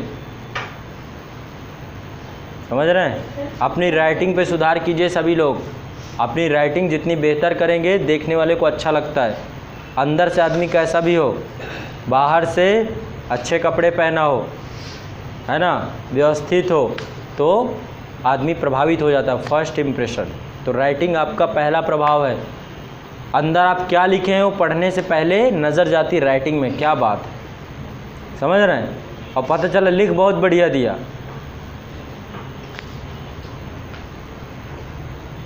आदमी बहुत बोलते हैं ना, जैसे कि कोई भौकाल बना होता है। ये कभी पंडित दीनदयाल उपाध्याय को आप लोगों ने नहीं देखा है ना। मैं चूँकि पंडित दीनदयाल उपाध्याय विद्यालय में पढ़ा, देखा मैंने भी नहीं, लेकिन उनके बारे में जो चीज़ सुना, बोलते हैं कि पंडित दीनदयाल उपाध्याय आरएसएस से थे वैसे, और समाज सेवी थे। कहते हैं लोगों को एक रहता था कि पंडित दीनदयाल अभी एक उसका चेंज किया गया ना, मुगल सराय स्टेशन का नाम चेंज किया गया, क्योंकि मुगल सराय स्टेशन में उनकी डेड बॉडी मिली थी, वहीं उन्हें मार दिया गया था, वहीं वो पड़े थे। तो कहते बड़े साधारण जीवन जीते थे वो, बिल्कुल आम जीवन, फटे हुए कपड़े पहने, लेकिन कपड़े साफ होते थे, साफ रखते थे बिल्कुल। लोगों को लगता था कि पंडित दीनदयाल उपाध्याय आ रहे हैं, अब पता चला बगली में खड़े हैं, वो आके आधे घंटे बैठे हुए हैं और लोग देख कहीं और रहे हैं कि आ रहे हैं, पता चला बगली में बैठे हैं वो। बहुत साधारण व्यक्तित्व, बिल्कुल सिंपल पर्सनालिटी, ठीक है। अभी किसी का एग्जाम्पल जैसे मोदी जी हैं, मोदी जी आपके साधारण व्यक्तित्व नहीं है, बिल्कुल बन ठन के रहते हैं और टसन में रहते हैं, देखते हैं उनको, उनका कपड़े पहनने का 10-10 लाख रुपए के कुर्ते पहनते हैं वो, तो साधारण व्यक्तित्व नहीं है। अभी इस समय बहुत कम लीडर हैं। कोई लीडर है जिसका एग्जाम्पल दिया जाए कि बहुत साधारण ज़िंदगी जीता है? कौन? हुकुम देव नारायण, वो तो अटल जी साधारण जीवन जीते थे। हाँ, मनोहर पारिकर, ये सही एग्जाम्पल हो सकता है। आज भी देखेंगे चप्पल पहने होंगे, ठीक है, और ज़्यादा कुछ, बहुत साधारण जीवन जीते हैं। बच्चे की शादी हुई थी, बिल्कुल आसानी, ऐसा कोई नहीं कि बहुत बड़ा तामझाम रहा हो, समझ रहे हैं। केजरीवाल जी अब ना रहे, बदल गए, जब थे तब था उनका। आप देखेंगे तो वैगन आर अब चेंज कर दिया उन्होंने, अब इनोवा में चलते हैं वो भी, ठीक है, सब बदल गया उनका, रूप रंग ढाल चाल सब बदल गया केजरीवाल जी का। है ना, बस अनशन और हड़ताल नहीं बदला, बाकी सब बदल गया उनका। सुरेश प्रभु भी हैं, बहुत सारे लीडर हैं, ऐसा नहीं। हमारे क्षेत्र से जहाँ से मैं आता हूँ वहाँ पे एक जमुना प्रसाद बोस थे, और अब तो नहीं रहे, ख़त्म हो गए। जब उनकी डेथ, जैसे लाल बहादुर शास्त्री बहुत बड़ा एग्जाम्पल है ना, लाल बहादुर शास्त्री एक अच्छा एग्जाम्पल है। कभी आप उनकी लाइफ स्टाइल, कभी कहते जब देश में उस समय हमारे देश में अनाज नहीं हुआ करता था, और पाकिस्तान ने युद्ध छेड़ दिया था भारत में 1965 में, तो शास्त्री जी ने देश के लिए, देश के लोगों से बोला कि भोजन एक टाइम खाना है, हम लोगों को भोजन एक टाइम खाना है, लेकिन उससे पहले प्रयोग किया अपने घर पे, अपने बच्चों को देना शुरू किया। एक टाइम भोजन अपने बच्चों को देते थे, खुद एक टाइम खाते थे, और उन्होंने देखा यदि मेरे बच्चे मेरी इस भूख को बर्दाश्त कर ले जाएंगे तो फिर मैं पूरे देश में इस बात को कहूँगा और देश इस बात को मानेगा। कभी उन्होंने जय जवान जय किसान का नारा दिया था, किसानों को भी, उसी समय हरित क्रांति भी भारत में आई थी, समझ रहे हैं। तो ये बड़े साधारण पर्सनालिटी होते। कभी लाल बहादुर शास्त्री का जीवन पढ़ेंगे आप तो देखेंगे वो व्यक्ति ऐसा स्वाभिमानी व्यक्ति था कि यदि जेब में पैसा नहीं होता था तो पैदल चलता था, कभी भी साथ में किसी से ना तो लिफ्ट मांगता था। उनके बारे में एक कहानी है कि बनारस के थे वो, है ना, और एक बार मेला देखने गए, और जब वो मेला देखने गए तो उनके दोस्त जो थे, उनके मित्र जो थे, वो नदी पार करके, गंगा नदी पार करके उस पार जाना था, घर उनका उस पार था, मेला इस पार था। तो लाल बहादुर शास्त्री ने क्या किया, बोला मैं आप लोग, क्योंकि उसमें 25 पैसा कुछ लगना था, बोट का किराया था, उनके पास किराया नहीं था देने को, तो उन्होंने क्या किया, कपड़े उतारे, सिर में बांधे और तैर गए गंगा में। सब चिल्लाते रहे, अरे आजा बैठ जा, आजा बैठ जा, लेकिन स्वाभिमान, पैदल चल लेंगे, एहसान नहीं लेंगे, है ना। एक डायलॉग है ना कि मुझ पे एक एहसान करना, कि मुझ पे कोई, हाँ, तो हाँ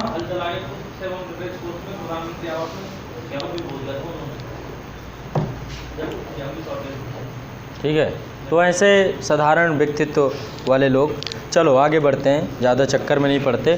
तो दूसरी है लागत प्रेरित मुद्रास्फीति। पहली हेडिंग डालिए मांग प्रेरित मुद्रास्फीति, ये क्या होती है सबको लिखिए, इस पे बहुत सारे रीज़न बता रहा हूँ, उन रीज़न को समझते जाइए। मांग प्रेरित मुद्रास्फीति किस किस कारण से बढ़ सकती है, देखिए, जब किसी वस्तु के सामान्य मूल्य में, इसमें परिभाषा लिख लीजिए, जब किसी वस्तु के सामान्य मूल्य में वृद्धि का मुख्य कारण, जब किसी वस्तु के सामान्य मूल्य में वृद्धि का मुख्य कारण उस वस्तु की मांग आपूर्ति के सापेक्ष, उस वस्तु की मांग, किस वस्तु की मांग, उस वस्तु की मांग आपूर्ति के सापेक्ष,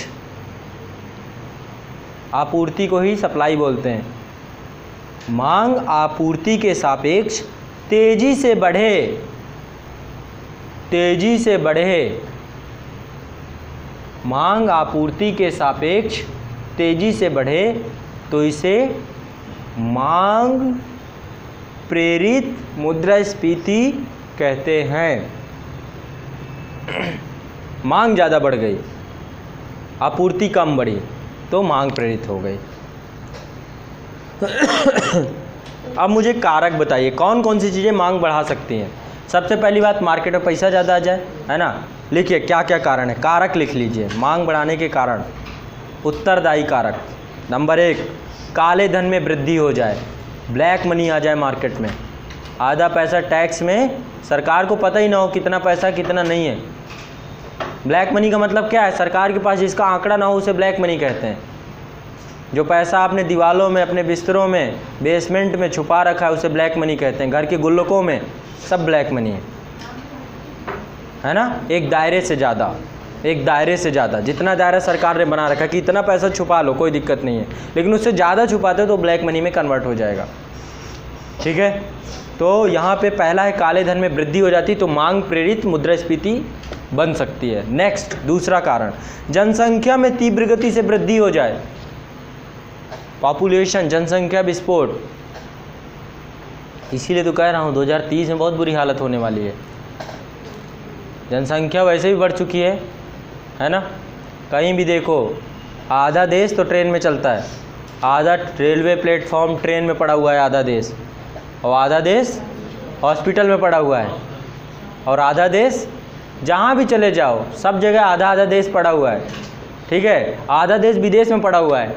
यदि सारे लोग आ जाएं, जब बिहार में कहते हैं ना घनत्व बहुत ज़्यादा है, जनसंख्या घनत्व, यदि बिहार वाले कार्टेल बना लें और सारे लोग एक साथ पहुंच जाएं बिहार, तो बिहार में हालत ख़राब हो जाएगी। उत्तर प्रदेश वालों के साथ भी कुछ कम ऐसा ही होगा। ठीक है, गाड़ियाँ भी बढ़ रही हैं, बिल्कुल सही बात है। गाड़ी ले रहा है, ये भी एक बहुत बड़ी समस्या है। कैसे किया जाए फिर? हर एक आदमी अलग अलग ना लें तो क्या हो सकता है?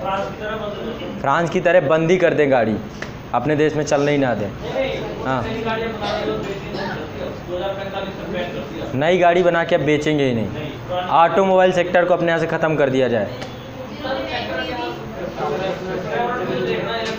पर्यावरण भी देखना है, इलेक्ट्रिकल भी कह रहे हैं देखना है इनको।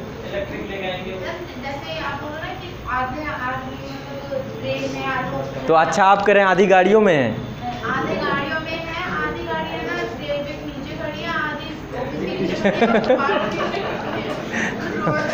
है। मतलब आजकल की जनसंख्या मतलब गाड़ी के साथ बराबर चले। फ़ोन भी अब इक्वल हो रहे हैं, मोबाइल भी एक आदमी के पास दो, जैसे होता है ना। अभी सरकार भी कुछ दिन बाद नीति लाने वाली है, हम दो हमारे दो वाली नीति है ना, तो फ़ोन के साथ भी होगी कि हम एक हमारा एक, है ना। ऐसा इससे क्या हो, ई कचरा भी तो बढ़ रहा है। फ़ोन रिप्लेस करने के चक्कर में कितना फ़ोन हो गया लोगों के पास, 8 फ़ोन रख रहे हैं। ठीक है, तो इसके लिए भी एक नई पॉलिसी भारत सरकार अभी लेके आएगी। गाड़ियों में भी बनेगा कुछ ना कुछ। अब हाँ, टेस्ला का नाम सुना होगा आपने, एक बहुत बड़ी कंपनी है, यूएसए में काम कर रही है और इलेक्ट्रिकल कार बना रही है। और इस समय भारत में आने वाला भविष्य है इलेक्ट्रिकल चार्जिंग स्टेशन। अभी भारत सरकार ने अभी कल परसों ही देख रहा था, एक पॉलिसी अभी आई है भारत सरकार की। भारत सरकार पीछे पड़ी हुई है, ओला से बोल रही है, ओला करी मैं कारें चला लूँगा, बना के दे दो। ओला करी मैं चार्जिंग स्टेशन नहीं बनाऊँगा। महिंद्रा से कहा जा रहा है, महिंद्रा कह रहा है मैं कार बनाऊँ कि चार्जिंग स्टेशन बनाऊँ। भारत में भी कोई आगे ही खड़े होकर नहीं सामने आ रहा कि चार्जिंग स्टेशन बनाए जाएँ। बहुत ज़्यादा खर्चा नहीं और चार्जिंग स्टेशन बनाने में सरकार बहुत सब्सिडी दे रही है। अभी कोई इंटरप्रेन्योर आगे सामने आके खड़ा नहीं हो रहा कि चार्जिंग स्टेशन बनाए जाए भारत में। हाँ, अभी बहुत लोग, अभी तो अनिवार्य कर दिया, एनटीपीसी वगैरह में चार्जिंग स्टेशन बने हुए हैं। सभी पब्लिक सेक्टर अंडरटेकिंग से बोल दिया गया है कि आपको चार्जिंग स्टेशन इलेक्ट्रिकल व्हीकल के लिए बनाना पड़ेगा।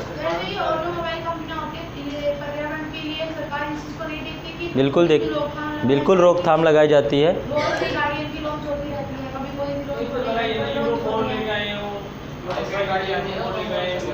अभी महिंद्रा ने शायद लॉन्च की है इलेक्ट्रिकल कार, अभी आई है, लॉन्च हो गई, लेकिन अब कोई खरीदे तब सही ना।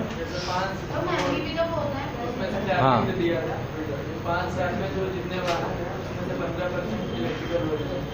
अभी मैं आपको बता रहा हूँ, बहुत बड़ी पॉलिसी है। नितिन गडकरी जी पीछे पड़े हुए हैं, चिल्ला रहे हैं। 2020 के बाद देखिएगा क्या होगा इंडिया में। 2020 के बाद डीजल पेट्रोल की जितनी कारें हैं ना, सब बिकनी ही बंद हो जाएंगी। अभी एक बार चुनाव जीत के आने दीजिए अगेन इनको। इसके बाद भारत में बहुत बड़े स्तर पे इलेक्ट्रिकल कार चलेंगी। आने वाला भविष्य उसी का है। जब बनेंगी नहीं, बिकेंगी, जब बनना बंद हो जाएंगी तो बिकना बंद हो जाएंगी, सीधी सी बात। उसका क्या हुआ? देखो, भारत में हर चीज़ है, अवेलेबल है, लेकिन ग्राहक नहीं, उपभोक्ता नहीं है। लोगों को आसान अभी यही पड़ रहा है, समझ रहे हैं। हम क्या करते हैं, चीज़ों को देखते हैं, जो ज़्यादा लिक्विड होता है उसी चीज़ पे जाते हैं। भारत के लोग ज़्यादा झंझट नहीं पालना चाहते हैं। हाँ, अभी एथेनॉल बनाना है, बहुत सारी पॉलिसीज़ तो बन गई। पॉलिसी पैरालिसिस भी तो हो जाता है। कागजों में तो पॉलिसी बहुत बनी हुई है, पॉलिसी पैरालिसिस, इस पे यूपीएससी क्वेश्चन भी पूछ चुका है। नीतियाँ बन रही, लेकिन नीतियाँ कारगर रूप से लागू नहीं हो रही। चलो, अलग चीज़ है। तो मैं यहाँ पर आपकी बात कर रहा हूँ मुद्रास्फीति की। पहली चीज़ है काले धन में वृद्धि, दूसरा जनसंख्या में तीव्र गति से वृद्धि। जनसंख्या ज़्यादा बढ़ेगी, मांग ऋण, तो भारत में हमेशा इन्फ्लेशन बना ही रहना है। ठीक है, डिमांड की कमी नहीं है। यहाँ पे बहुत बड़ा मार्केट है, हर चीज़ का मार्केट है भारत। ऐसी किस चीज़ का मार्केट नहीं है भारत, बताइए? सब भौतिकवादी लोग हैं। अध्यात्म का प्रभाव खत्म होता जा रहा है लोगों को। सबको कार चाहिए, गाड़ी चाहिए, आपको भी तो चाहिए और खुद की चाहिए है भी, तो दूसरों पे आरोप कैसे? 6 गाड़ियाँ, एक आदमी के ऊपर 2, और ये देखिए शौक में 6 हो गई हैं, अभी हो सकती बढ़ेंगी। और ये करते क्या होंगे, एक लेके चलते होंगे और साथ में दूसरी ड्राइवर के साथ कि भाई तू भी लेके चल, कहीं ख़राब हो गई तो इसमें बैठ जाएंगे। 2 घर के लिए हैं कि कभी इमरजेंसी पड़ जाए, बाकी 4 चलती रहती। शौक पाल रखे हैं इतने तो भारत। हाँ, नेक्स्ट लिखिए, उपभोक्ता की व्यय योग्य आय में वृद्धि। सब ये भारत के अनरिस्पॉन्सिबल जनसंख्या है, ठीक है, हमें भारत से क्या। नेक्स्ट, उपभोक्ता की व्यय योग, पता चला कल 6 की 6 बेच दिया। फिर आप लोग लिख लीजिए, उपभोक्ता की व्यय योग्य आय में वृद्धि। उपभोक्ता की व्यय योग्य आय में वृद्धि। उपभोक्ता की व्यय योग्य आय में वृद्धि। व्यय योग्य आपकी आय बढ़ जाएगी तो आप खर्चा करेंगे। इनके घर पे 6 गाड़ियाँ इसलिए हैं क्योंकि इनकी आय बहुत ज़्यादा है, ठीक है। आय ज़्यादा होगी तो आप 6 क्या 10 खरीदेंगे, 15 खरीदेंगे, सब ओला में लगा देंगे। ये भी तो है, इन्वेस्टमेंट है ना। देखो, गाड़ियाँ ख़त्म होने का एक ही तरीका हो सकता है, पब्लिक ट्रांसपोर्ट का प्रयोग करना। पब्लिक ट्रांसपोर्ट अवेलेबल भी तो होना चाहिए, ऐसे कैसे प्रयोग करोगे, अवेलेबल ही नहीं है उस।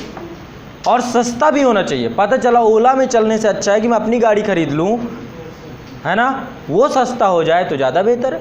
सरकार करे ओला की तरह चला दे कैब सिस्टम, पूरे इंडिया में कैब चला दे और सस्ती चलाए। व्यक्ति को यदि सस्ता, यदि आपके पास कार है, आपको लग रहा है कि मैं अपनी कार से जाऊँगा तो 100 रुपये खर्च होगा, यदि मैं इस गाड़ी से जाऊँगा तो मेरा 40 खर्च होगा, तो कौन दिमाग नहीं लगाता। समझ रहे हैं, ये सब प्राइवेट सेक्टर चला रहा है, भारत सरकार को इनिशिएट करना इन सब काम पे। समझ रहे हैं, भारत सरकार को इस क्षेत्र में उतरना चाहिए। अभी ट्रेन क्यों हम प्रेफर करते हैं ज़्यादा, क्योंकि ट्रेनें सस्ती हैं, ट्रेनों का किराया सस्ता है, बिना टिकट भी चल जाता है।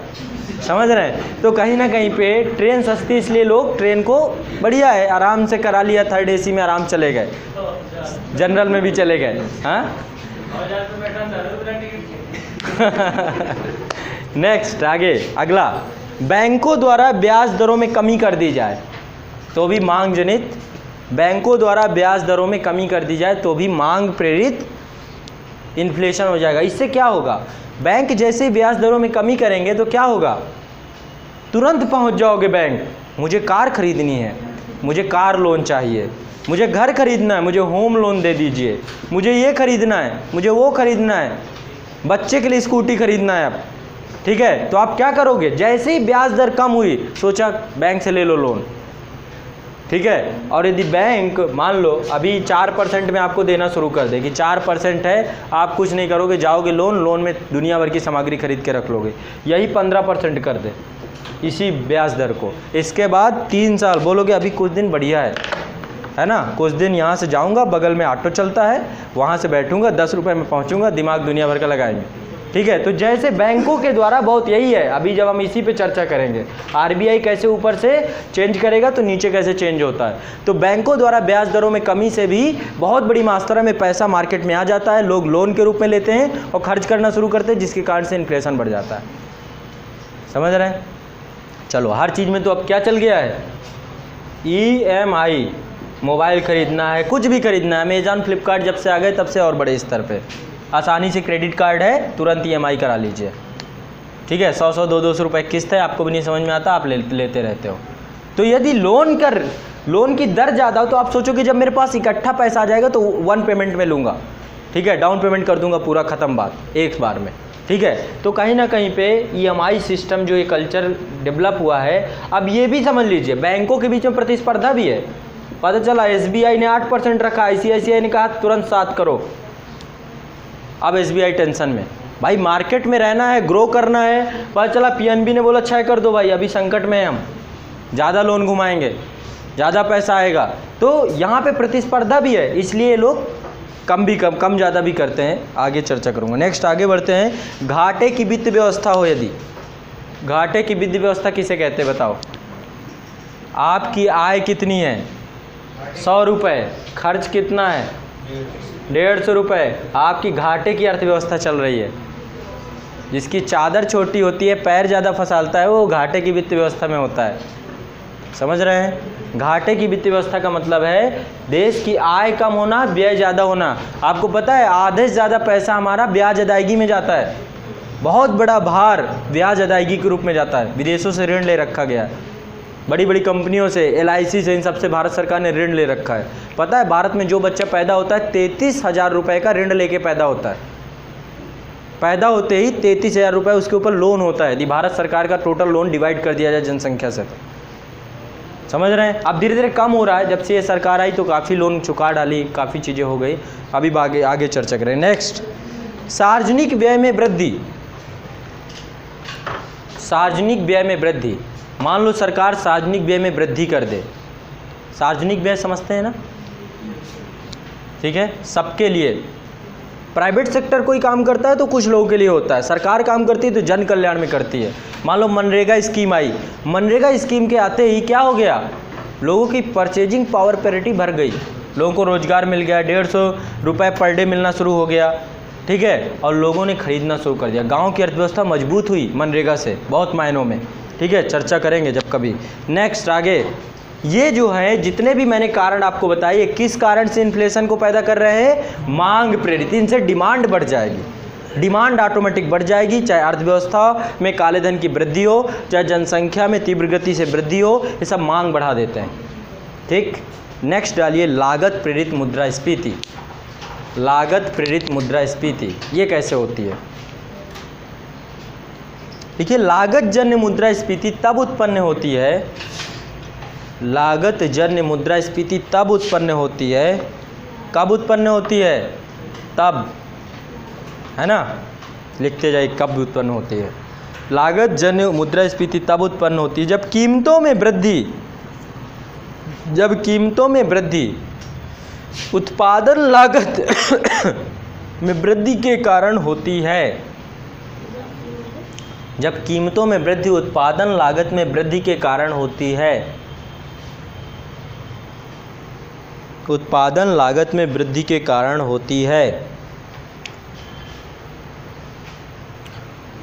समझ रहे हैं इस बात, इस सेंटेंस को समझ में आया? सेंटेंस ये कह रहा है कि जब कोई चीज़, मान लो अभी बिस्किट है, बिस्किट का पैकेट बनाने में 5 रुपये खर्च होते हैं, तो मार्केट में आपको 6-7 रुपये का बिक जाता है। ठीक है, मान लो 2 रुपये का प्रॉफिट, बीच में टैक्स वैक्स सब कुछ लग के।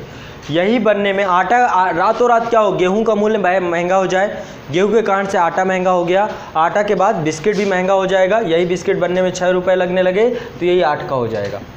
तो जब उत्पादन में, प्रोडक्शन में चीज़ें महंगी होती हैं, उसके कारण से मुद्रास्फीति बढ़ जाती है, महंगाई हो जाती है। पीछे कोई कारक है, लोहा बढ़ गया, लोहे से बनी सारी सामग्री महंगी हो गई। समझ रहे हैं? और लोहा बढ़ेगा कैसे?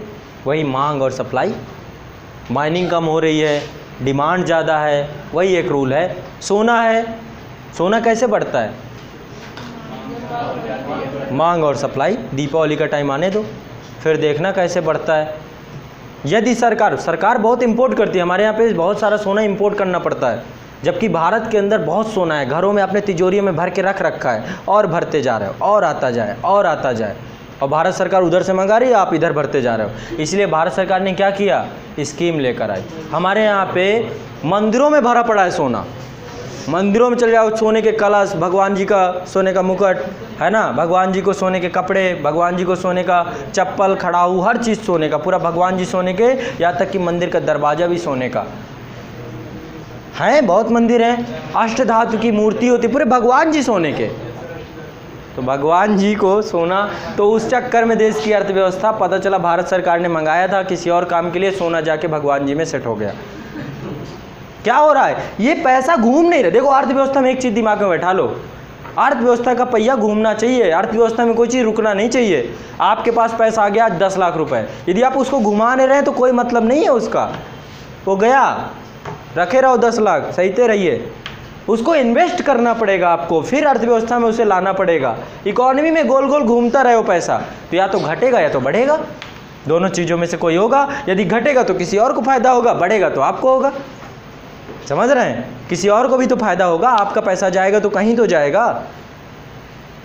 समझ रहे? तो इकोनॉमी क्या होना चाहिए, हमेशा चलती रहना चाहिए, पहिया कभी रुकना नहीं चाहिए।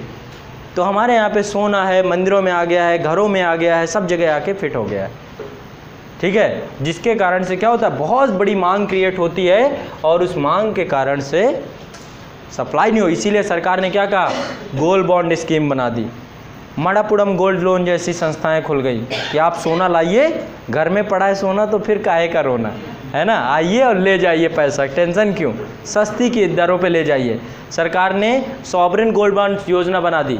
सरकार ने मंदिरों से कहा कि आप अपना सोना हमें दीजिए, हम पिघला देंगे उसको। एक बात बता दे रहे हैं, ये मत कहिएगा कि इस रूप में दिया था, पिघला के उसको मेल्ट करके हम दूसरे फॉर्म पे बेचें। हम क्यों विदेशों से मंगाएं बताओ, जब देसी के अंदर पड़ा है तो देसी वाले को घुमाते हैं गोल गोल, आपको भी फायदा होगा उससे। समझ रहे हैं? जब कोई चीज़ घर में पड़ी हो तो बाहर से क्यों मंगाएं, तो सब कुछ घर में पड़ा है, लेकिन वो समझ रहे हैं। तो अब सरकार उसके ऊपर सारा कार्य कर रही है, ठीक। जमा किया लेकिन बहुत कम किया, बहुत कम स्तर का जमा हुआ, जितना सोना पड़ा हुआ है, ठीक है। लोगों जानते हैं पहले क्या होता था, सोने की ईंटें, सोने की ईंटें। साउथ के मंदिरों में चले जाइए, वहाँ तो तहखाने अभी बहुत सारे बंद हैं, यहाँ पे कितना सोना जो है छुपा हुआ है। और आपको याद होगा एक घटना, एक साधु जी थे, स्वामी जी, उनको रात में सपना आया, ठीक है। और ये आपका उन्नाव वाला जगह है, उन्नाव के पास, उन्होंने कहा कि यहाँ पे भारत सरकार को स्विस बैंक से क्यों पैसा मंगा रहे हो, यहाँ पे 10,000 क्विंटल टन सोना लगा हुआ है। भारत सरकार का दिमाग खराब है ना।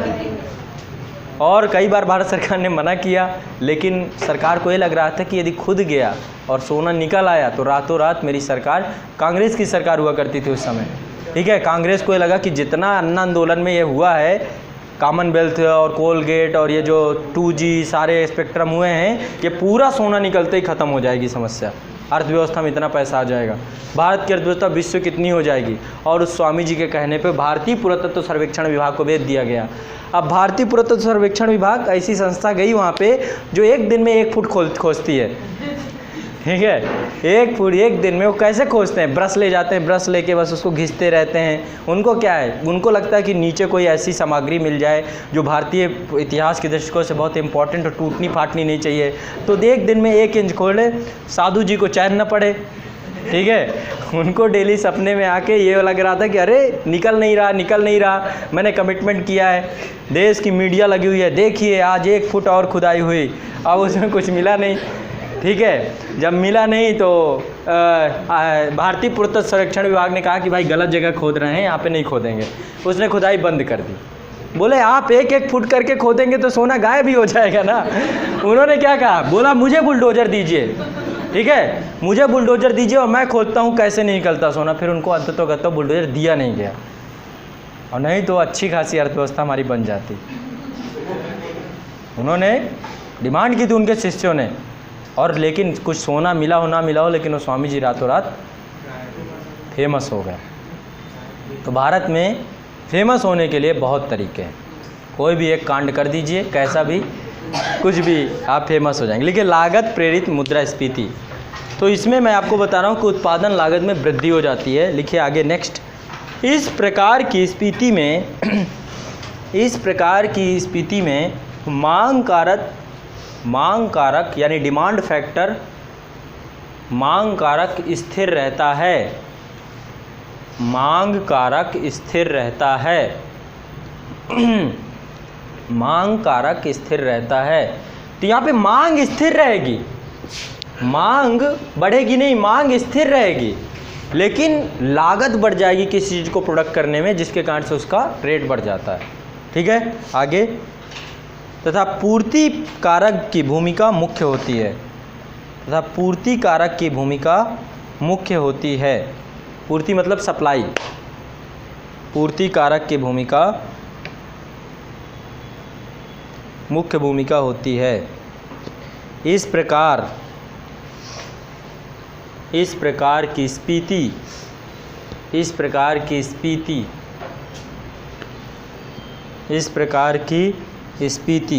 किसी एक उद्योग में होती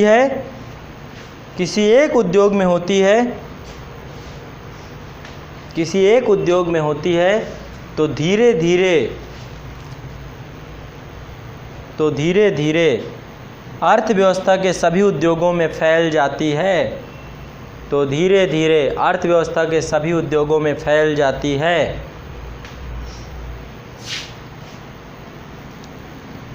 समझ रहे हैं? एक चीज़ महंगी होगी, सब चीज़ें महंगी हो जाएंगी। प्लास्टिक महंगा हो गया, प्लास्टिक से बना जितना सामान है सब महंगा हो गया। लोहा महंगा हुआ, लोहा से बना सारा सामान महंगा हो गया। जो कुछ महंगा होगा उसके कारण सब कुछ महंगा हो जाएगा। क्लियर?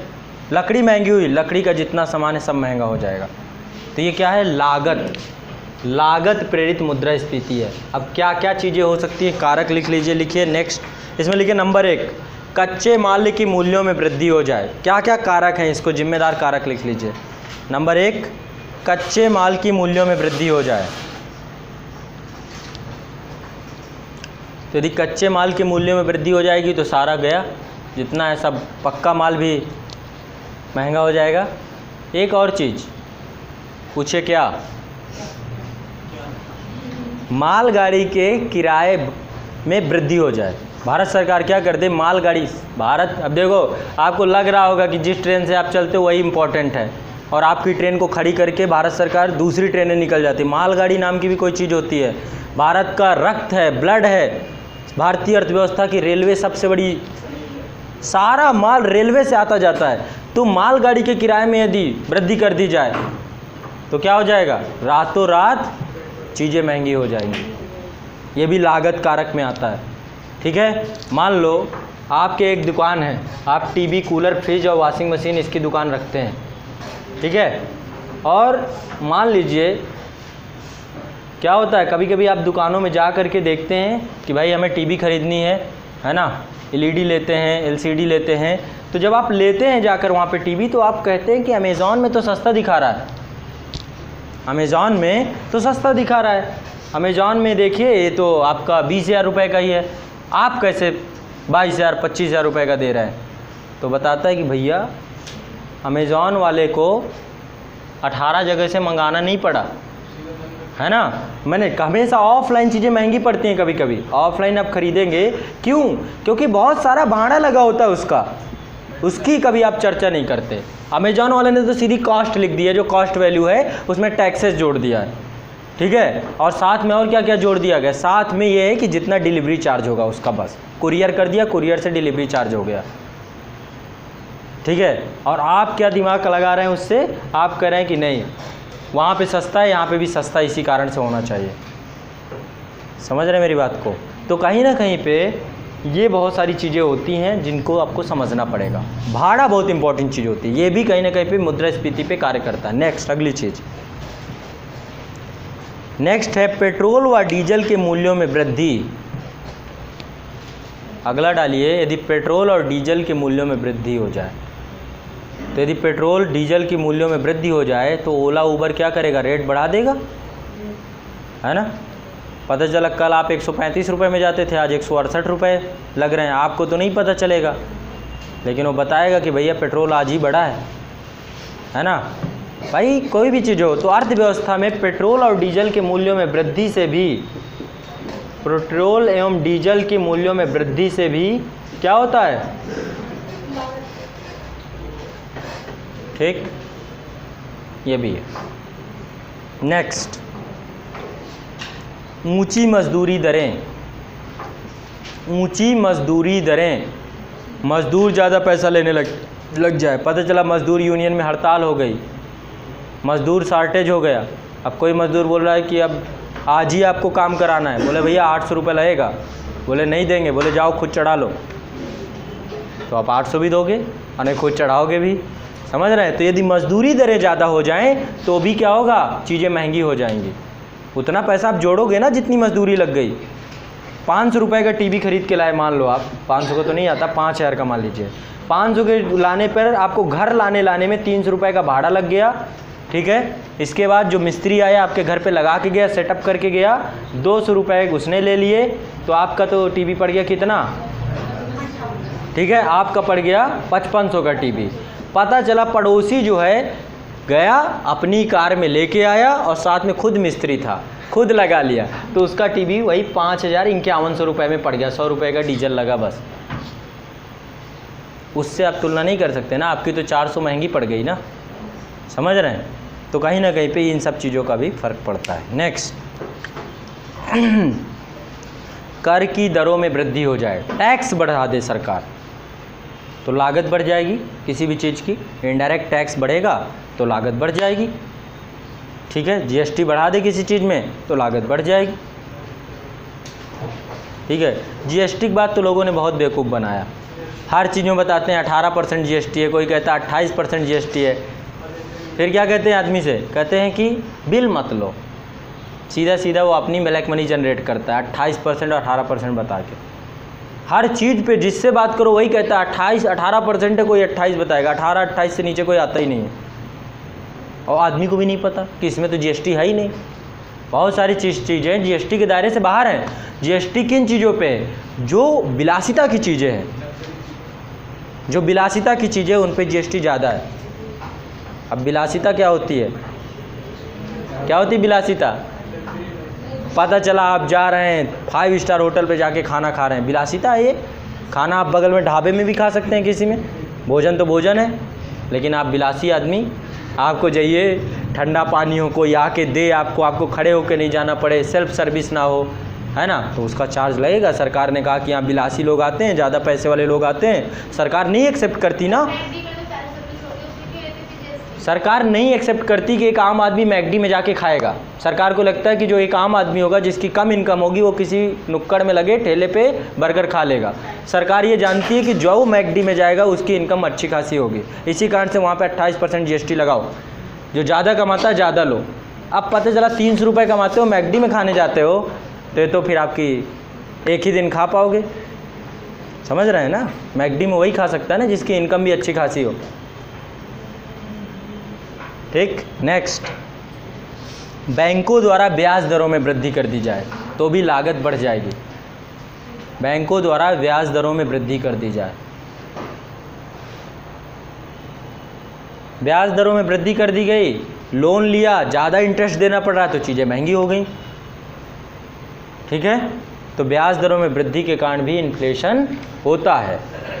तो ये आपके हो गए प्रकार, मैंने बता दिए 2 प्रकार से आपको मुद्रास्फीति बता दिया, क्लियर, कोई दिक्कत? हाँ, अब इतने रीज़न आपको रखने अपने पास, कभी कोई आपसे बात करे तुरंत रीज़न पकड़ा देने, कभी हवाई बातें नहीं करनी है, क्लियर। ये सारे रीज़न हैं, एक है आपका मांग जनित मुद्रास्फीति, दूसरी है लागत जनित मुद्रास्फीति। कारण ये हो सकते हैं, इन कारणों से जब कभी महंगाई बढ़े तो थोड़ा जानने का प्रयास कीजिए कि किस कारण से ये चीज़ महंगी हो गई, क्लियर। महंगाई अब बढ़ रही है, आप खुद रोज़ जाते हो, रोज़ जाके बार्गेनिंग करते हो, है ना, लेकिन तब भी धनिया और मिर्च में कभी कोई महंगाई नहीं बढ़ती है। अब नहीं देते, अच्छा, वो फ्री का ही लिया जाता है। तो कहीं ना कहीं पे महंगाई जब बढ़े तो उसके पीछे का कारण जानने का प्रयास कीजिए। इससे क्या होगा, आपकी एक एप्लीकेशन वाली जो एक होता है ना कि आप अवधारणा को समझ गए लेकिन उसके पीछे के कारण को भी जानेंगे। अब आगे बढ़ते हैं। अब मैं मुद्रास्फीति के कुछ और प्रकार लिखा रहा हूँ, ये तो मुख्य 2 प्रकार थे। अब अन्य प्रकारों में लिखिए कि मुद्रास्फीति की स्थिति के अनुसार इसको कई श्रेणियों में बनाया गया है। तो लिखिए मुद्रास्फीति की, नेक्स्ट, मुद्रास्फीति की स्थिति को कई श्रेणियों में विभक्त किया गया है।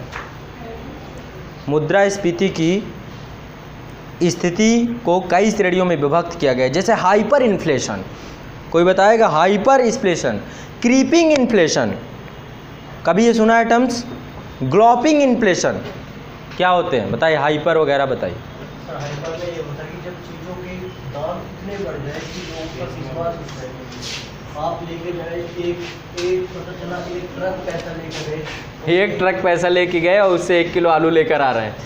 हुआ है ये काम। द्वितीय विश्व युद्ध के बाद जर्मनी में हालत हो गई थी यही, लोग 1 ठेला पैसा लेके जाते थे और 1 पाव ब्रेड लेकर आते थे जर्मनी में। वेनेजुएला में तेल की कीमतें, हाँ, वेनेजुएला की स्थिति, वहाँ पे भी हालत बहुत ख़राब है, खस्ता हालत है। तो दौड़ती हुई इन्फ्लेशन बोलते हैं इसे, हाइपर इन्फ्लेशन, ठीक है। हेडिंग डालिए, अब इसमें प्रकार में लिख लीजिए। पहले लिखिए दौड़ती मुद्रास्फीति, दौड़ती मुद्रास्फीति, इंग्लिश में हाइपर इन्फ्लेशन, दौड़ती मुद्रास्फीति।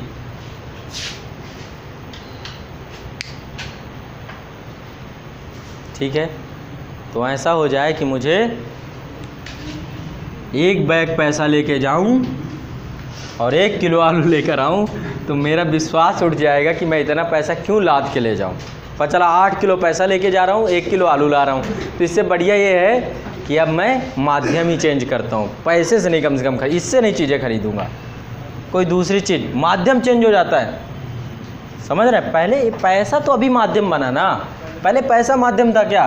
पहले तो बार्टर सिस्टम चलता था, वस्तु विनिमय प्रणाली चलती थी, है ना। बार्टर सिस्टम के बाद फिर इसके बाद क्या हुआ? धातु का आविष्कार हो गया, धातु के सिक्के बनने लगे। सबसे पहले सिक्के कौन से हैं? आहत सिक्के, पंच्ड मार्क कॉइन। पहले आहत सिक्के बनते थे महाजनपद काल में, है ना। उससे पहले लोग क्या करते थे? गाय को वस्तु विनिमय का साधन बनाया गया था। लोग अपनी गाय देते थे और गाय से 10 किलो, 15 किलो, 20 किलो गेहूँ ले लेते थे। गाय से ही विवाह होते थे, गाय ही दहेज की चीज़ थी, गाय ही सम्मान की चीज़ थी। जैसे कि आप पहले मामा फूफा गांव के घर जाते तो मामा एक गाय दे देते आपको कि जा एक गाय ले। अभी क्या होता है? 500 की नोट पकड़ा देते हैं बस। पहले एक गाय लेकर आते, पता चला 3 लोग गए तो 3 गायें मिल गई, है ना। तो वस्तु विनिमय प्रणाली चला करती थी। पता चला पहले गए मामा के यहाँ तो मामा 2 किलो प्याज बांध दिए। पहले होता था ना, लोग बांधते थे, खूब पटवनी बनती थी। तो कहीं ना कहीं पे यहाँ पर हमारी बात ये है कि मुद्रा से ही विश्वास उठ जाए। मुद्रा कुछ ऐसी हो जाए कि आपको उससे भरोसा उठ जाए कि ऐसे आए, ऐसी मुद्रा अपने पास रखो। कौन एक ट्राली पैसा के 1 पाव ब्रेड के लिए लेकर जाएगा?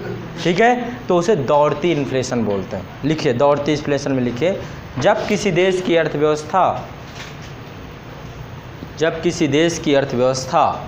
में मुद्रास्फीति की स्थिति इतनी तीव्र गति से बढ़े, जब किसी देश में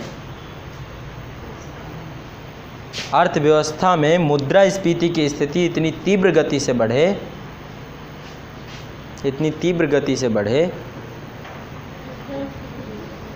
मुद्रास्फीति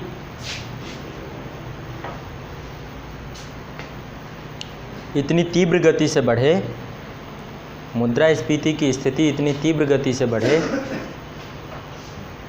कि जनता का प्रचलित मुद्रा से विश्वास उठ जाए।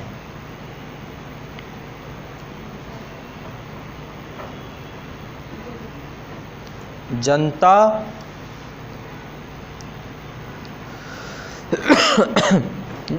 का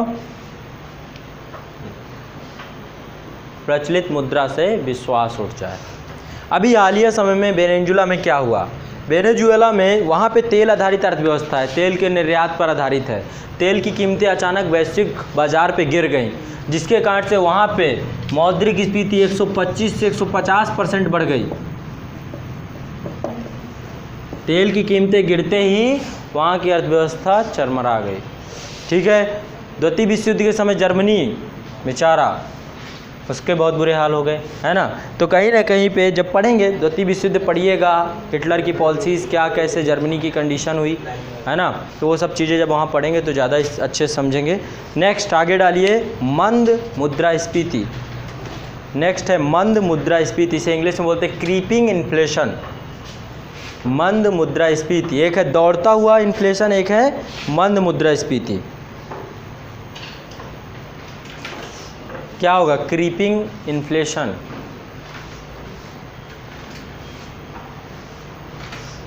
जैसे कि मान लो आप लोग मार्केट में गए, लक्ष्मीकांत की किताब खरीद के लाए, ठीक है, 500 रुपये की।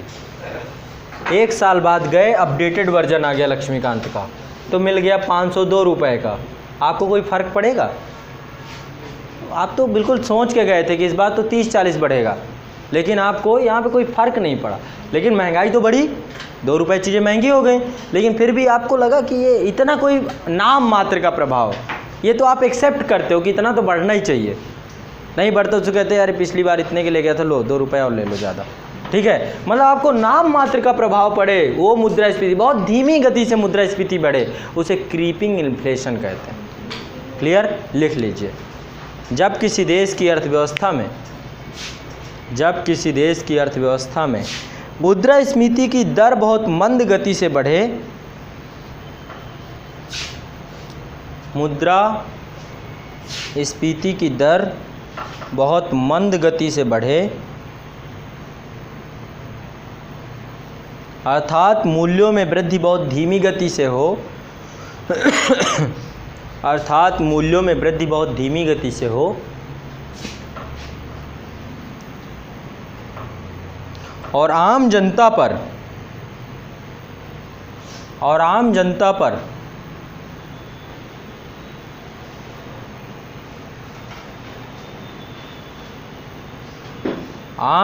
पर मुद्रास्फीति का प्रभाव नाम मात्र का पड़े। आम जनता पर मुद्रास्फीति का प्रभाव नाम मात्र का पड़े।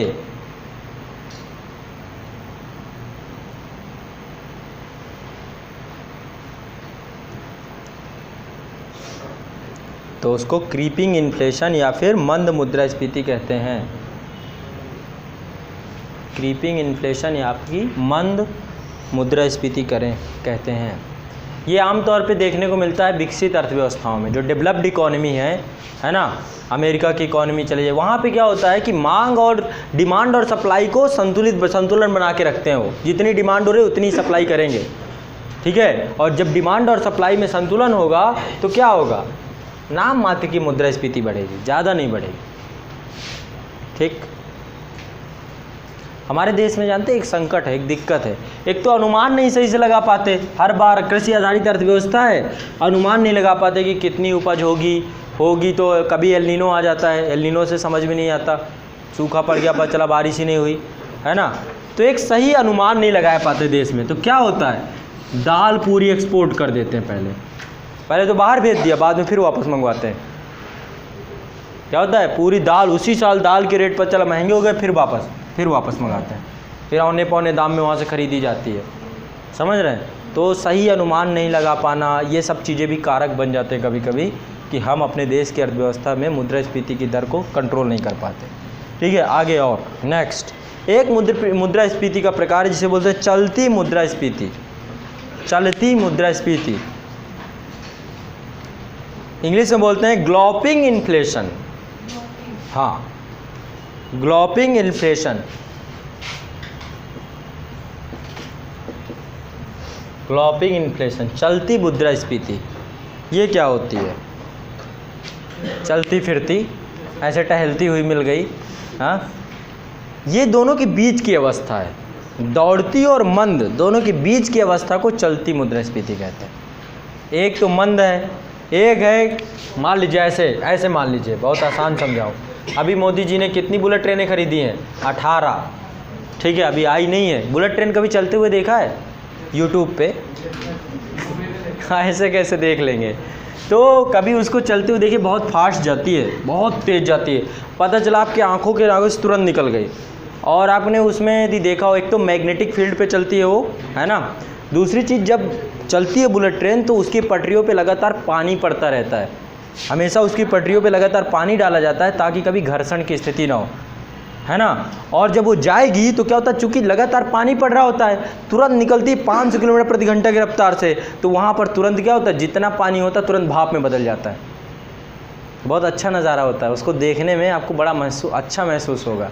तुरंत आई और तुरंत आँखों से निकल गई कोई चीज़, ठीक है। तो एक मान लो कि बुलेट ट्रेन, दौड़ती हुई मुद्रास्फीति, ठीक है। दूसरा, भारत की ट्रेनों को किसी को भी ले लो, ठीक है। बुलेट ट्रेन हम चूँकि देखे नहीं तो क्यों बात करें, राजधानी तो देखे हैं ना सब।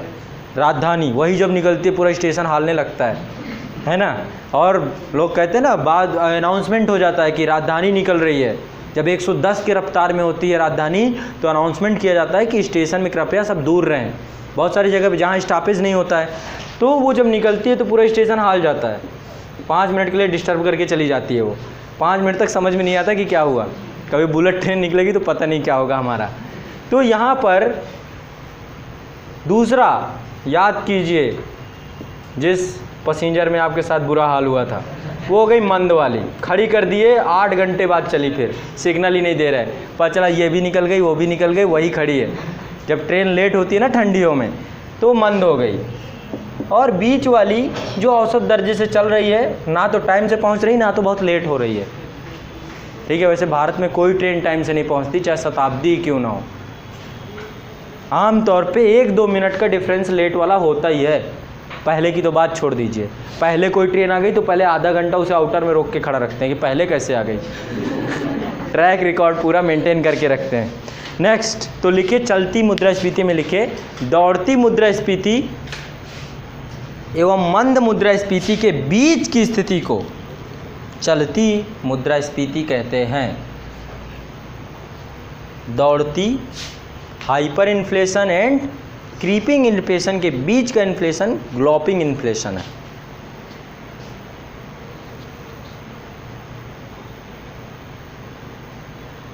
नेक्स्ट गतिहीन मुद्रास्फीति, अगली मुद्रास्फीति है गतिहीन मुद्रास्फीति।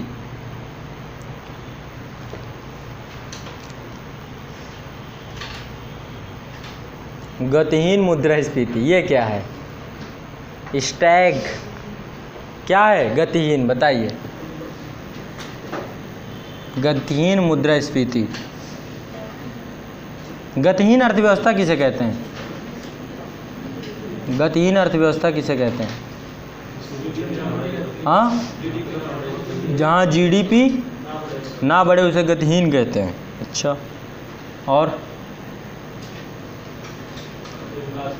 ऐसी अर्थव्यवस्था जहाँ पर रोजगार क्रिएट ना हो, ऐसी अर्थव्यवस्था जहाँ रोजगार क्रिएट ना हो वो गतिहीन अर्थव्यवस्था होती है। रोजगार क्रिएट होना चाहिए हमारी अर्थव्यवस्था में, ठीक है। इसीलिए मोदी जी ने कहा कि पकौड़ा बेचना भी रोजगार है। गवर्नमेंट जॉब ही रोजगार नहीं है, पकौड़ा भी बेच रहे हो तो भी रोजगार है। यानी अर्थव्यवस्था हमारी गतिहीन नहीं है। अभी देखो कौन से गवर्नमेंट एग्ज़ाम में पोस्टिंग दे दी गई है, बताओ। उत्तर प्रदेश में तो कोई एग्ज़ाम मिल जाए आपको जिसकी फ़ाइनल पोस्टिंग हुई हो, चाहे यूपी पुलिस वाला रहा हो, चाहे जो भी रहा हो, वैकेंसी बहुत निकल गई लेकिन कोई फाइनल नहीं हो पाया। लेकिन क्या गतिहीन अर्थव्यवस्था है हमारी? नहीं, क्योंकि सरकारी सर्विस ही सिर्फ जॉब नहीं है। आप कुछ भी कर रहे हैं, स्टार्टअप खोल रहे हैं, बड़े स्तर पर उद्योग लग रहा है, पकौड़े की दुकान खोल रहे हैं, चाय बना रहे हैं, कुछ भी कर रहे हैं, इकोनॉमी में योगदान दे रहे हैं, पैसा सर्कुलेट करा रहे हैं आप, ठीक है। तो यहाँ पर एक बात समझना है, गतिहीन मुद्रास्फीति बहुत आसान है। एक ऐसा जिसमें महंगाई तो बढ़े ही, महंगाई तो बढ़े ही लेकिन रोजगार ना बढ़े, बेरोजगारी हो जाए, उसको गतिहीन मुद्रास्फीति कहते हैं। समझ रहे हैं? तेजी के साथ साथ मंदी की अवस्था आ जाए, देश में मंदी भी हो और तेजी भी हो। तेजी मतलब मूल्य तो बढ़ रहे हैं लेकिन रोजगार नहीं बढ़ा, अर्थव्यवस्था ग्रो नहीं कर रही। लिखिए इसको, जब तेजी के साथ साथ मंदी की स्थिति, जब तेजी के साथ साथ मंदी की स्थिति भी हो, जब तेजी के साथ साथ मंदी की स्थिति भी हो, अर्थात ऐसी स्थिति जिसमें स्फीति के साथ साथ या महंगाई के साथ साथ बेरोजगारी में भी वृद्धि हो रही हो, जहाँ स्फीति के साथ साथ या महंगाई के साथ साथ बेरोजगारी में भी वृद्धि हो रही हो, तो क्या है ये? गतिहीन मुद्रास्फीति। क्लियर? कोई दिक्कत नहीं? तो ये हो गया हमारे मुद्रास्फीति के प्रकार। इतने प्रकार की मुद्रास्फीति हो सकती है, कारक बता दिया, सब कुछ बता दिया। अब हमारी चर्चा होगी मुद्रास्फीति के प्रभावों को लेकर के, ठीक है।